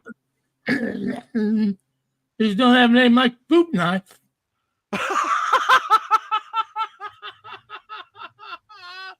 Yeah, Chris has never heard the story of the poop knife. Oh, Oh, he's scooping some shit. Chris, Steve, no. please fill Chris in on the poop knife. No, dude. Sometimes you get impacted. All right. Oh, I've heard this. No, you haven't. Yes, I have. I have at one time. I have fucking junk ass fucking silverware, like from Dollar Tree and shit, but it's not real sharp. So I got a knife, butter knife, stuck it up my rectum, trying to break the seal because it seemed like it was. It seemed like I couldn't get it to fall. So I took the knife up in there. It broke the seal. I started shitting. Then they all got fucking mad. They said, "What'd you do with the knife?" I said, "Well, I put it in the sink and I fucking washed it when I did the dishes. What the fuck you think I did with it? Well, first off, I'm not gonna throw a metal fucking knife away. If it was a fucking plastic knife, I'd just throw it away. But it's fucking metal. No, I put that motherfucker back in the drawer. Oh God! I washed it with fucking soap. I washed my dish. I washed my dishes with Bleach fucking too, soap. though, Steve. God. I can bleach it if I need to. I got ammonia, whatever that fucking shit is. Ammonia. Oh God. Do not clean mix ammonia and bleach. That's mustard gas. I got I clean my toilet. Please, Chris. I used to do, when I lived up in Iowa years ago, I used to do evictions, cleanouts, and renovations for the city of Dubuque, Housing 8 or Section 8, Housing Authority, all of them, fucking people. Did you ever find a poop knife? I could tell you some stories about some of the shit I found.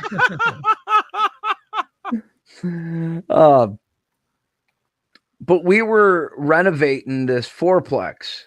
Okay. And we had already gone through and patched all the holes and painted everything, replaced carpet, replaced flooring. And we were literally going around final touches on this fourplex. And I had just bleached down the bathroom, cleaned everything with bleach in the bathroom. And I was just in the kitchen wiping everything down, cleaning up whatever construction dust and blah, blah, blah, and whatever's on the counters. And this other guy comes in. And he's like, yeah, I just put ammonia in the bathrooms downstairs. I says, well, don't do that bathroom. I just put bleach in there. He says, okay, whatever. No. He says, okay, whatever. And continues talking to me for a minute. And I'm like, I don't remember what he said, but I'm like, yeah, okay, whatever, dude. Just do your thing and go somewhere else. He went into the bathroom. He put ammonia in the toilet. He pulled out his hitter. He took a big hit off that hitter. And then, oh, fuck. And next thing you know, he's in there coughing and gagging, and open the fucking windows. God damn it. Dude ended up in the hospital and shit. And I'm just sitting there. I told you not to fucking do that. Serves you right, you dumb motherfucker. Good Lord. Why would you do that? I told him, don't put that shit in the fucking toilet and quit being stupid on the job. This dude, he was just a douchebag and an idiot. So, I don't wish that on anyone, but he caused his own folly that way. And Can you imagine that? Like, look how high it could get? What a high it could get? Went back to us and they're like, what happened to so-and-so? I said, oh, he fucking Nazi gas chambered himself. I mean, that's like I know a guy who is an expert at taking care of golf courses. Oh, he is an expert at it. You do? And he has a very unique way to fertilize the fairways. Why don't? Well, it usually involves paper towels and his butt crack. Oh God, fucking teeth. You talking about the groundskeeper on Caddyshack, Bill fucking Murray? I mean, that sounds like something. No, I actually don't. Steve, do. And I make fun of it, but no, in all seriousness, Steve actually went to school learning how to take care of golf courses. You went to nursery school? Oh. Dude, I'll tell you what, I've heard about some of the greens he took care of, and those greens were fast, very well taken care of greens for golfing. So why don't you build golf courses no more, Steve? Found another kind of grass I like. Because of the fucking motorcycle. Fucking got hit on a fucking motorcycle. And then I had a fucking stroke when they were sewing me back together. I said, I fucking, this arm was compound fracture. My shoulder, both my knees. Then I had a fucking stroke. For about fucking, I was in the hospital for like 3 months, 30 days. You had a bit of stroke face. Oh fuck yeah! You know, you look like that. I would think that a nurse would put her titty in your mouth for it. I'd still be drooling. And my mom said, You might enjoy it. and my mom said, "Why are you talking like you drunk? Well, you ain't no fucking drinking. What you talking about?" Yeah. I'll tell you what, Steve. I'm at the hospital, or I'm at the doctor's office the other day with my wife, and I walk with a cane. It kind of my foot hurts. Did you try to lick your wife at the doctor's office? No, but I told my wife I'm gonna go be downstairs smoking a cigarette, and I'm gonna wait for you. That way, by the time you get down there and you're done doing what you do, I'm done smoking. We're ready to go. Okay, hang on, time out. Steve, did I hear this incorrectly, or did Chris say he was going to go downstairs on his wife? That's what I heard too. Okay, that's what I thought. Okay, please continue. Okay, so I'm going towards the elevator, and little old lady went into the elevator, and wait a minute, you went downstairs on your wife and the little old lady in the elevator? Yeah, sure, why not? But as I'm running up there, you know, the elevator door's closing. I'm hold on, wait for the crippled guy. Here I come. I get in the elevator, and she looks at me, and you can't say that. Say what? Cripple, that's rude. That's mean. I said, no, it's not when I'm talking about me and making fun of me. I'll say it about me all day long. You don't find it offensive? Hell no. I enjoy making fun of myself. Okay, hang on a second. So you were the crippled guy asking people to wait for you to come as you went down on the old lady and your wife while in the elevator. My story was much funnier, but exactly. I'm just clarifying. Chris sounds like he's fun to party with. I don't give a fuck. I'll go through Walmart on the cart. Move, dude. I'm fucking crippled. Get out of my way. I may not look it, but you see my cane in my basket. Oh, yeah. It's not a candy cane, right? It's my cane, my walking stick. Okay, so I'm going to say this. All right. I was very disturbed by morning disaster on Saturday. Oh, my God. And it was not from anything Steve did. Exactly. It was not from anything Steve did. Jesus. And it was not from anything Ray said. Oh, shit. It was from Dan and Christina. Oh. Who's Dan and Christina, and what did they do? Dan and Christina are members of the Morning Disaster cast at this point. You want me to send Steve to go teabag them? Yes. You heard the man, Steve. Because they have already started promoting and shopping for Christmas. Oh, yeah, that deserves a tea bag. Steve, am I lying? Oh, no. I'm sorry. Let me at least go trick-or-treating and eat a little bit of turkey first. No, they're not even waiting for that. It's already begun. Oh, yeah. I know. I've seen it at Walmart. They got a haunt, too, so I know they're doing both. They are big into Boo Crew. The Boo Crew being one of the biggest haunted houses in Illinois. And they're big into that. But they are already trying to get Christmas. And we're not even at the end of Halloween yet. No shit. No fucking shit. I want Steve to stink face Dan for thinking that Christmas is a good idea right now. Are you afraid Dan would lick it? And I've said too, Christmas ain't the same since I moved to Kentucky. Christmas to me involves some snow, a winter wonderland. Yeah, we don't get that down here in Kentucky. When I first moved down here that first winter, I was working midnights, and one of the girls, hey, look, it's snowing. There's a little light dusting going on. That ain't fucking snowing. Call me when there's 3 to 6 inches. We had one brief blizzard that lasted maybe an hour, put an inch and a half down, but it was gone the next day. I was on my way home during it doing 45 miles an hour, doing the speed limit, and I come up on people doing 10 miles an hour. I'm fuck you, I'm going around you, and they're looking at me like I'm the asshole, and I'm like, sorry, I'm from up north, I'm used to this. Exactly. Steve, you had any stories like that? Oh, fuck. Sure I do. And Dupo?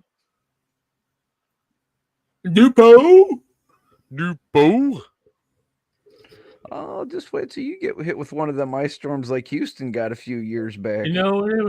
I was down here, remember, asshole? Yep. I was here in that ice storm.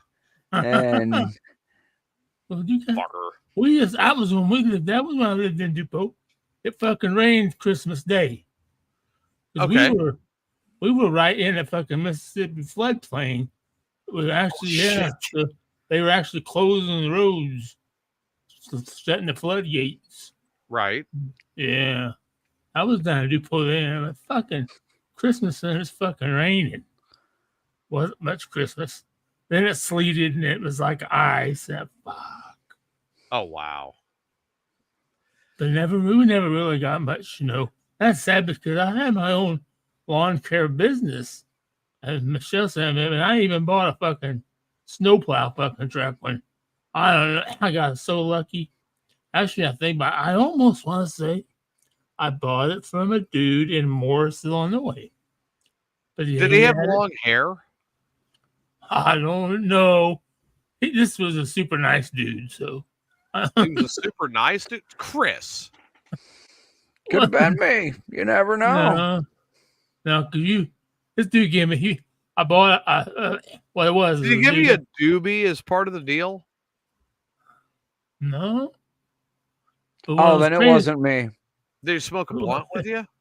It was like an 84 drive truck with a snowplow on it. Oh, cool. I could make some money with that.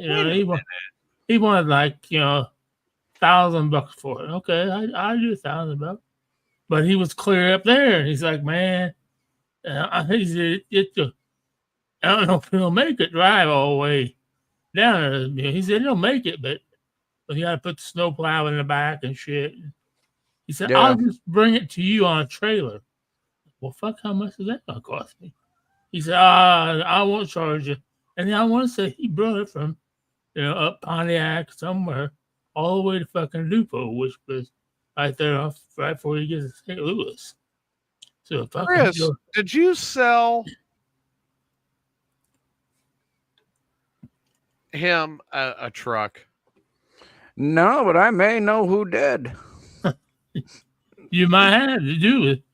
He brought it all the way to me. Then the day he brought it, he said, I would start and need a new battery. So I put a new battery in it. And oh, fuck, how much are we? He said, just pay me. I told you you'd take $700 for it. So here it is.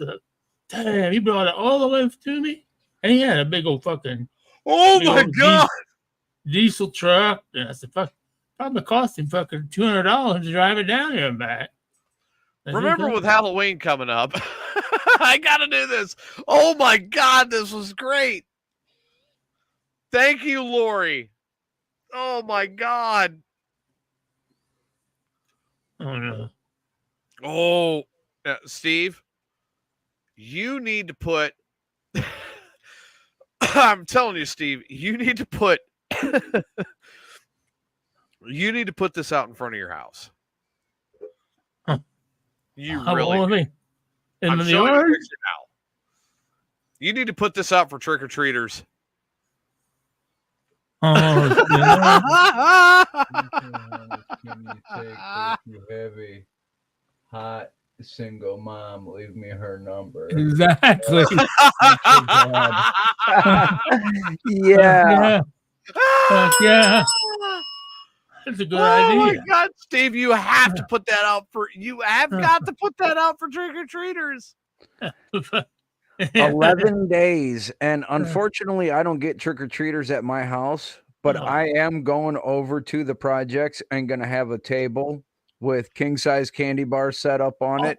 And I am going to be in costume as a milk carton kid. Really? Yep. I figured you'd go there. Me? I figured you would go there dressed as Dwayne or dressed as Wayne. From Wayne and his king size candy bars. Yeah, I don't think. Have yourself a bucket. Have yourself a bucket poppers, bud. I don't think they would understand the letters Kenny references. Although I was at Impossible Mead in Dwight, Illinois a few years back, right before we moved. And somebody said, to be fair. And then all of a sudden, everybody at the bar, to be fair. And I just looked around and I'm like, yeah, all right, here we are. Dude, I'm telling you, Steve, you need to put that out there. You need to put a bucket like that out in front of your apartment for Halloween. Oh, yeah. There's only one thing that scares me about it. Just one. Yeah.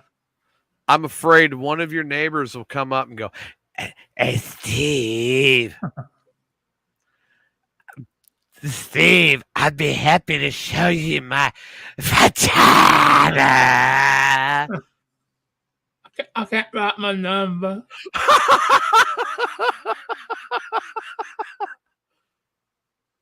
No, I would love to see Steve put that out in front of his apartment. I really would. He's gonna have. I would love to see gone and no numbers. Exactly. There you go. And Laura's like, yes. Because I'll be honest with you, when I was younger, if you left your candy bowl unattended, I always went trick or treating with a garbage bag. Exactly. Candy bowl unattended, that's a good way to see some vagina. I always guaranteed my bag to be at least halfway full. And if your bowl was left unattended, and this may have happened once or twice per year. Per year. Your bowl got dumped in my bag and I took off. Yep. Yep. I've done that before. Oh my God. I had to go home. I'm had to go home and get another bag. Well, and on that, I always took the industrial size garbage bags with me. Hang on. Ones that come in a roll like this? Yeah, those. That's the bag. That's my trick-or-treating bag. That was your trick-or-treating bag? Yep. Well, Steve was a rich kid. He never had to resort to trick-or-treating bags like that. But no. Steve, did you ever have a trick-or-treating bag that looked like that? Oh, hell yeah. One year I did end up with one of those trick-or-treat bags in my trick-or-treat bag. How about that one? Oh, I used to carry my bowls in those. That's the Crown Apple bag. Yeah, really? yeah. That was the Halloween party. We were bobbing for Crown Apples. Hang on. I know I got another one in here. Oh, there's my favorite new one. How about that one? Oh, I damn. actually have one of those. I'm looking for it right now. I have Crown bags strewn all over the place. That's nice. Yeah, you haven't seen one of these yet? No, I've never seen that one. I'll save this one for you. Got that one. I'll be up. Yeah, right. Ooh. I will be up in I'll show Illinois. you my favorite Crown bag. I'll be up in Illinois in December, and Steve, I will save you that red, white, and blue Crown Royal bag, and I'll bring it to you. Oh, thank you very much. I don't carry my balls around anymore, though. Well, I hope you're not going to carry your balls in it, but I will save it for you. I bet it would and feel bring it to good. you. I bet it would feel good on my balls. I like that silky. It might feel velvety. Oh. Oh, there you go. Ooh. Crown Reserve. Oh, that's just a racing one. No, it's Championship Racing Crown Royal. Oh, Chicago, then. Damn. Oh, damn. You better hold on to that motherfucker. That place don't even exist anymore. I mean, it's there, but Nope. they don't fucking do nothing. But yeah, I'll save that bag for you and I'll bring it to you when I'm up there. Cool. I'm only going to be up there for a couple of days this time. And well, I'm hoping he does, Lori, because Steve and I give each other a lot of hell, and we will say things to each other that pisses the other one off. But no matter, and I mean this with all sincerity, no matter what, Steve's been a supporter of my show and a supporter of me and my friend for a lot of years. And I wouldn't trade that friendship for anything. No matter what we may say to each other, I would not trade that friendship for anything. Oh, I agree. And I'm happy for that friendship because Steve working with Ray is just it's lightning in a bottle for a third time in my life. A third time in my lifetime, it's lightning in a bottle. Because the first time was Jim. Oh, yeah. The second time was Marvin. And Marvin and I worked great together. Of course. The third time was you and Ray. And I mean, it really is. And you have to have followed for a lot of years to get the appreciation of where that came from and why. Right. I mean, just like, Ray. Oh, shit. I thought Chris turned into a cat. God, I hope not. Chris, did you turn into a pussy? No. I looked up and then fucking big green eye. Oh, what the fuck? I'm trying to look for a specific Crown Royal bag, but I literally have enough of them to make a blanket. I'm sure you do. That would be badass. A Crown Royal blanket? Yes. That would be kind of cool to see. I just like the color. I've never even drank Crown Royal. I can't even. You've never drank Crown Royal? No. Really? I'll be honest. Until this last party that we had, when I knew I had to drink that in my wart. That's the first time I drank hard liquor. I've never drank Crown Royal either. Wait. Hold on. I got to rewind. I was going to wrap up the show, but now I've got to rewind this a minute. You've never drank until the last barbecue for Morning Disaster. You've never drank hard liquor ever once in your life? One time. Please. One time when I worked for an electronics manufacturer that had a big Christmas party, and one of the IT guys was doing shots. He's like, Steve, come here. Okay, he said, do this shot. And I did a shot, and I thought, oh, my God, I love that shit. And I fucking just drinking beer the rest of the night. I'll never forget. Driving, we lived in Taylorville, me and my ex-wife. Yes, I have been married before. I was not the wrong show. I was not going to go there. Oh, okay. But yeah, we're driving down 55, and then 55, and she says, is there something wrong with the car? Like, no, why? So I had a fucking badass El Camino in there driving. She's like, well, we're on the highway. I told her, yeah, no shit. I'm going 65. She said, no, you're going 25. Oh. So maybe you should pull over and let me drive. Fucking seat don't go forward. Run it for you. You fucking weeble. Shut up. You called your ex-wife a weeble? Oh yeah. But then yeah, she what was the fucking story? Oh, that was it. I was trying to find. I drank, sissy drinks every once in a while. I drank, Bartles and James once in a while, but hard liquor. until this last cookout we had this summer, where everybody got naked. Wait.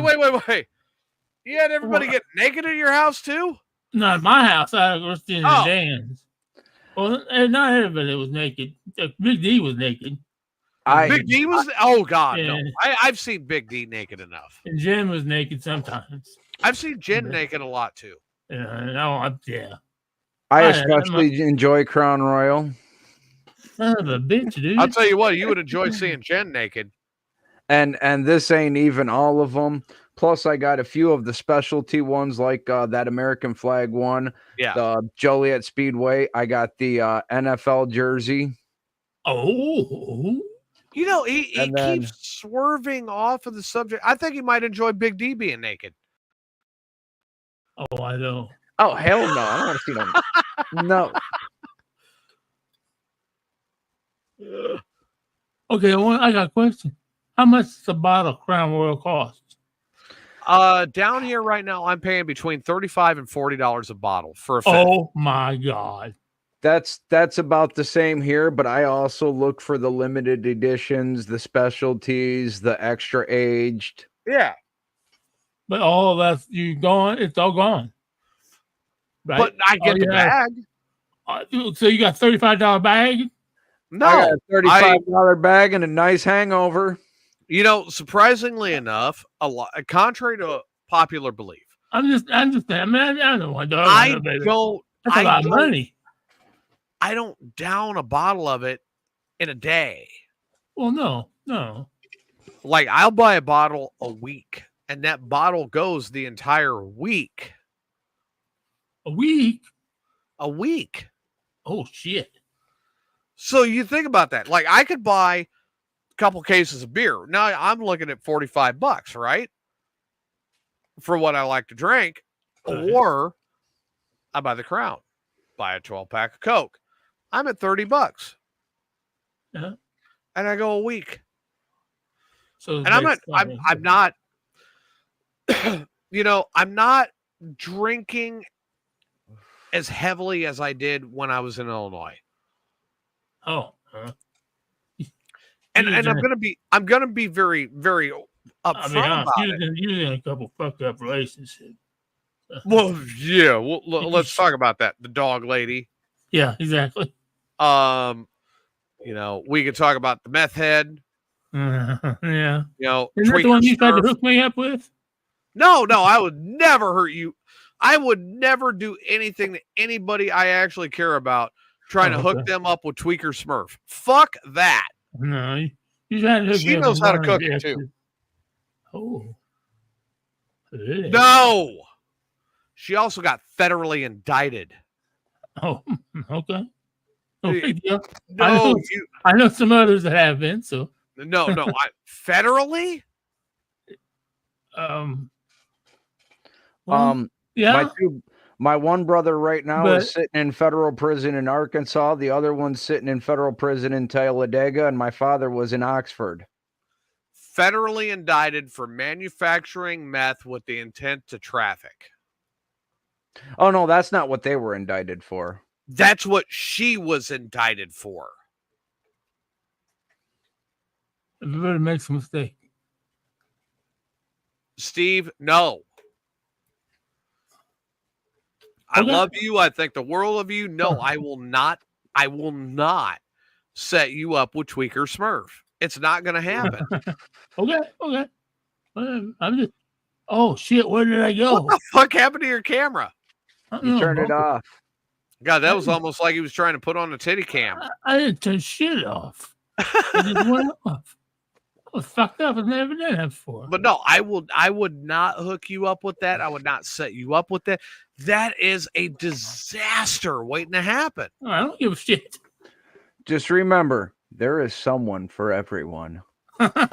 Dude, not that one. The only thing she is ready for is a catfish at the bottom of the river. We can go down by the river. Oh, God, Steve. No. I can change her. Yeah, for $500 an hour.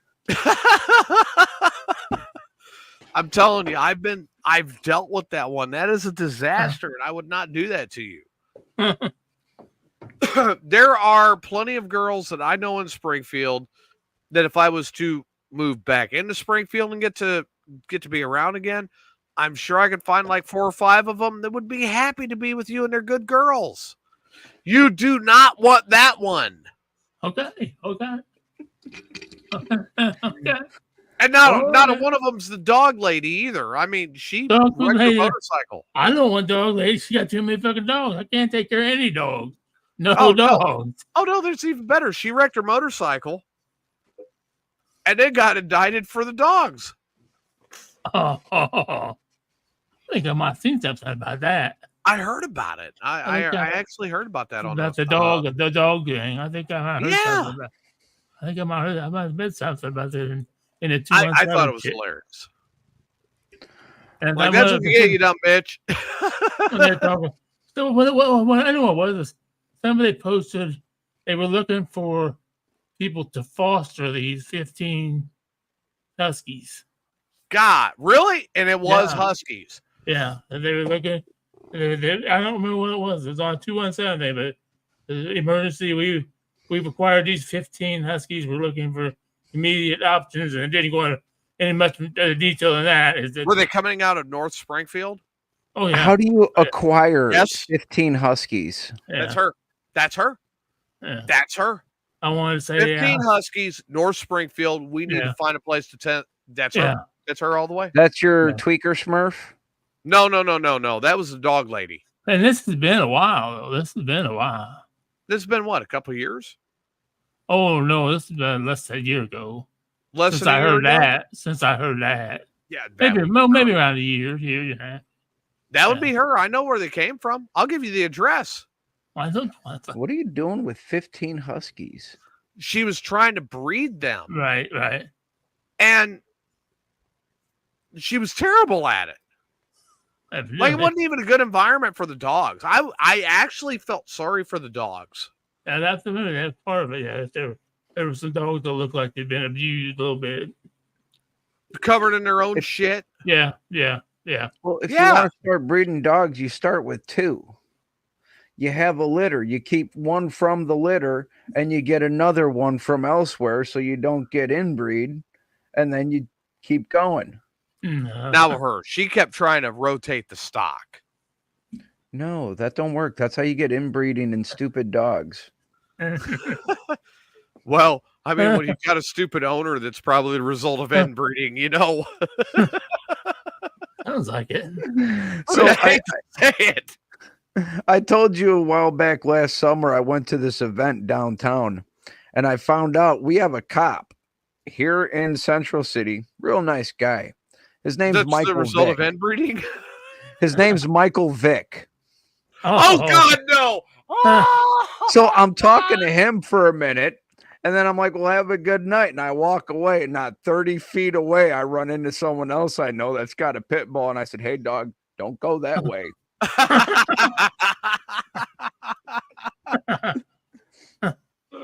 And on that note, I got to do this. Oh, my God. Oh, God.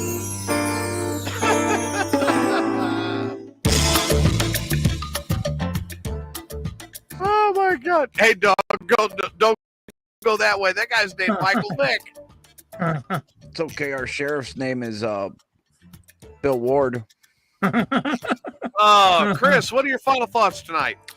I'm gonna go off the beaten path a little bit tonight because with all shit going on lately, I seriously want to say fuck cancer and the horse it rode in on, and I have it on a sticker on my bike. I got it on a bandana that I actually wear. And if you got a problem with me saying it, you obviously support cancer, and fuck you too. That being said, ladies and gentlemen, always support live independent musicians, local musicians. Oh, yeah. Check out a good show. There's all kinds of clubs with all kinds of bands playing. You never know. Oh yeah. From Springfield to Chicago to LA to San Francisco, there's all kinds of good clubs. Oh, yeah. But never around San Antonio, right? Oh no, I know Texas has a great metal scene. Especially around San Antonio, and I know a bunch of metalheads around Houston. So, Austin, yeah, Austin has a huge metal scene. So, wherever you're at, if you like music, check out a local band, because every single band you're hearing on Top 40 on the radio, they started somewhere as a local band. That being said, ladies and gentlemen, I love you all. Be cool, be kind, take care of one another. Steve, your final thoughts tonight. Thank you for guesting. Hey, no problem. Damn, Chris had a long one, so I'm not gonna. Mine won't be that long.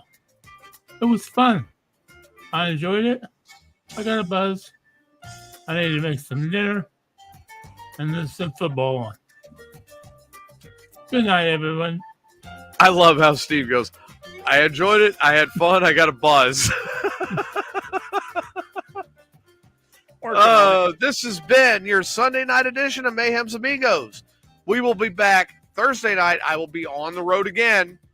On the road big figure. again. That's right, on the road. We will have a road show for Amigos After Dark this week.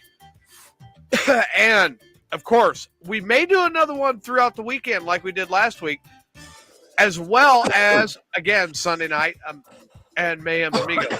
Thank you for tuning in. Thank you for supporting the show. Please share the show to your friends and your family and your loved ones. We want to bring as many in. Support your local music. Please buy Steve weed and make him happy. And we will see you next time. Good night. I can smell that hit through the computer. Buy me some weed, make me happy.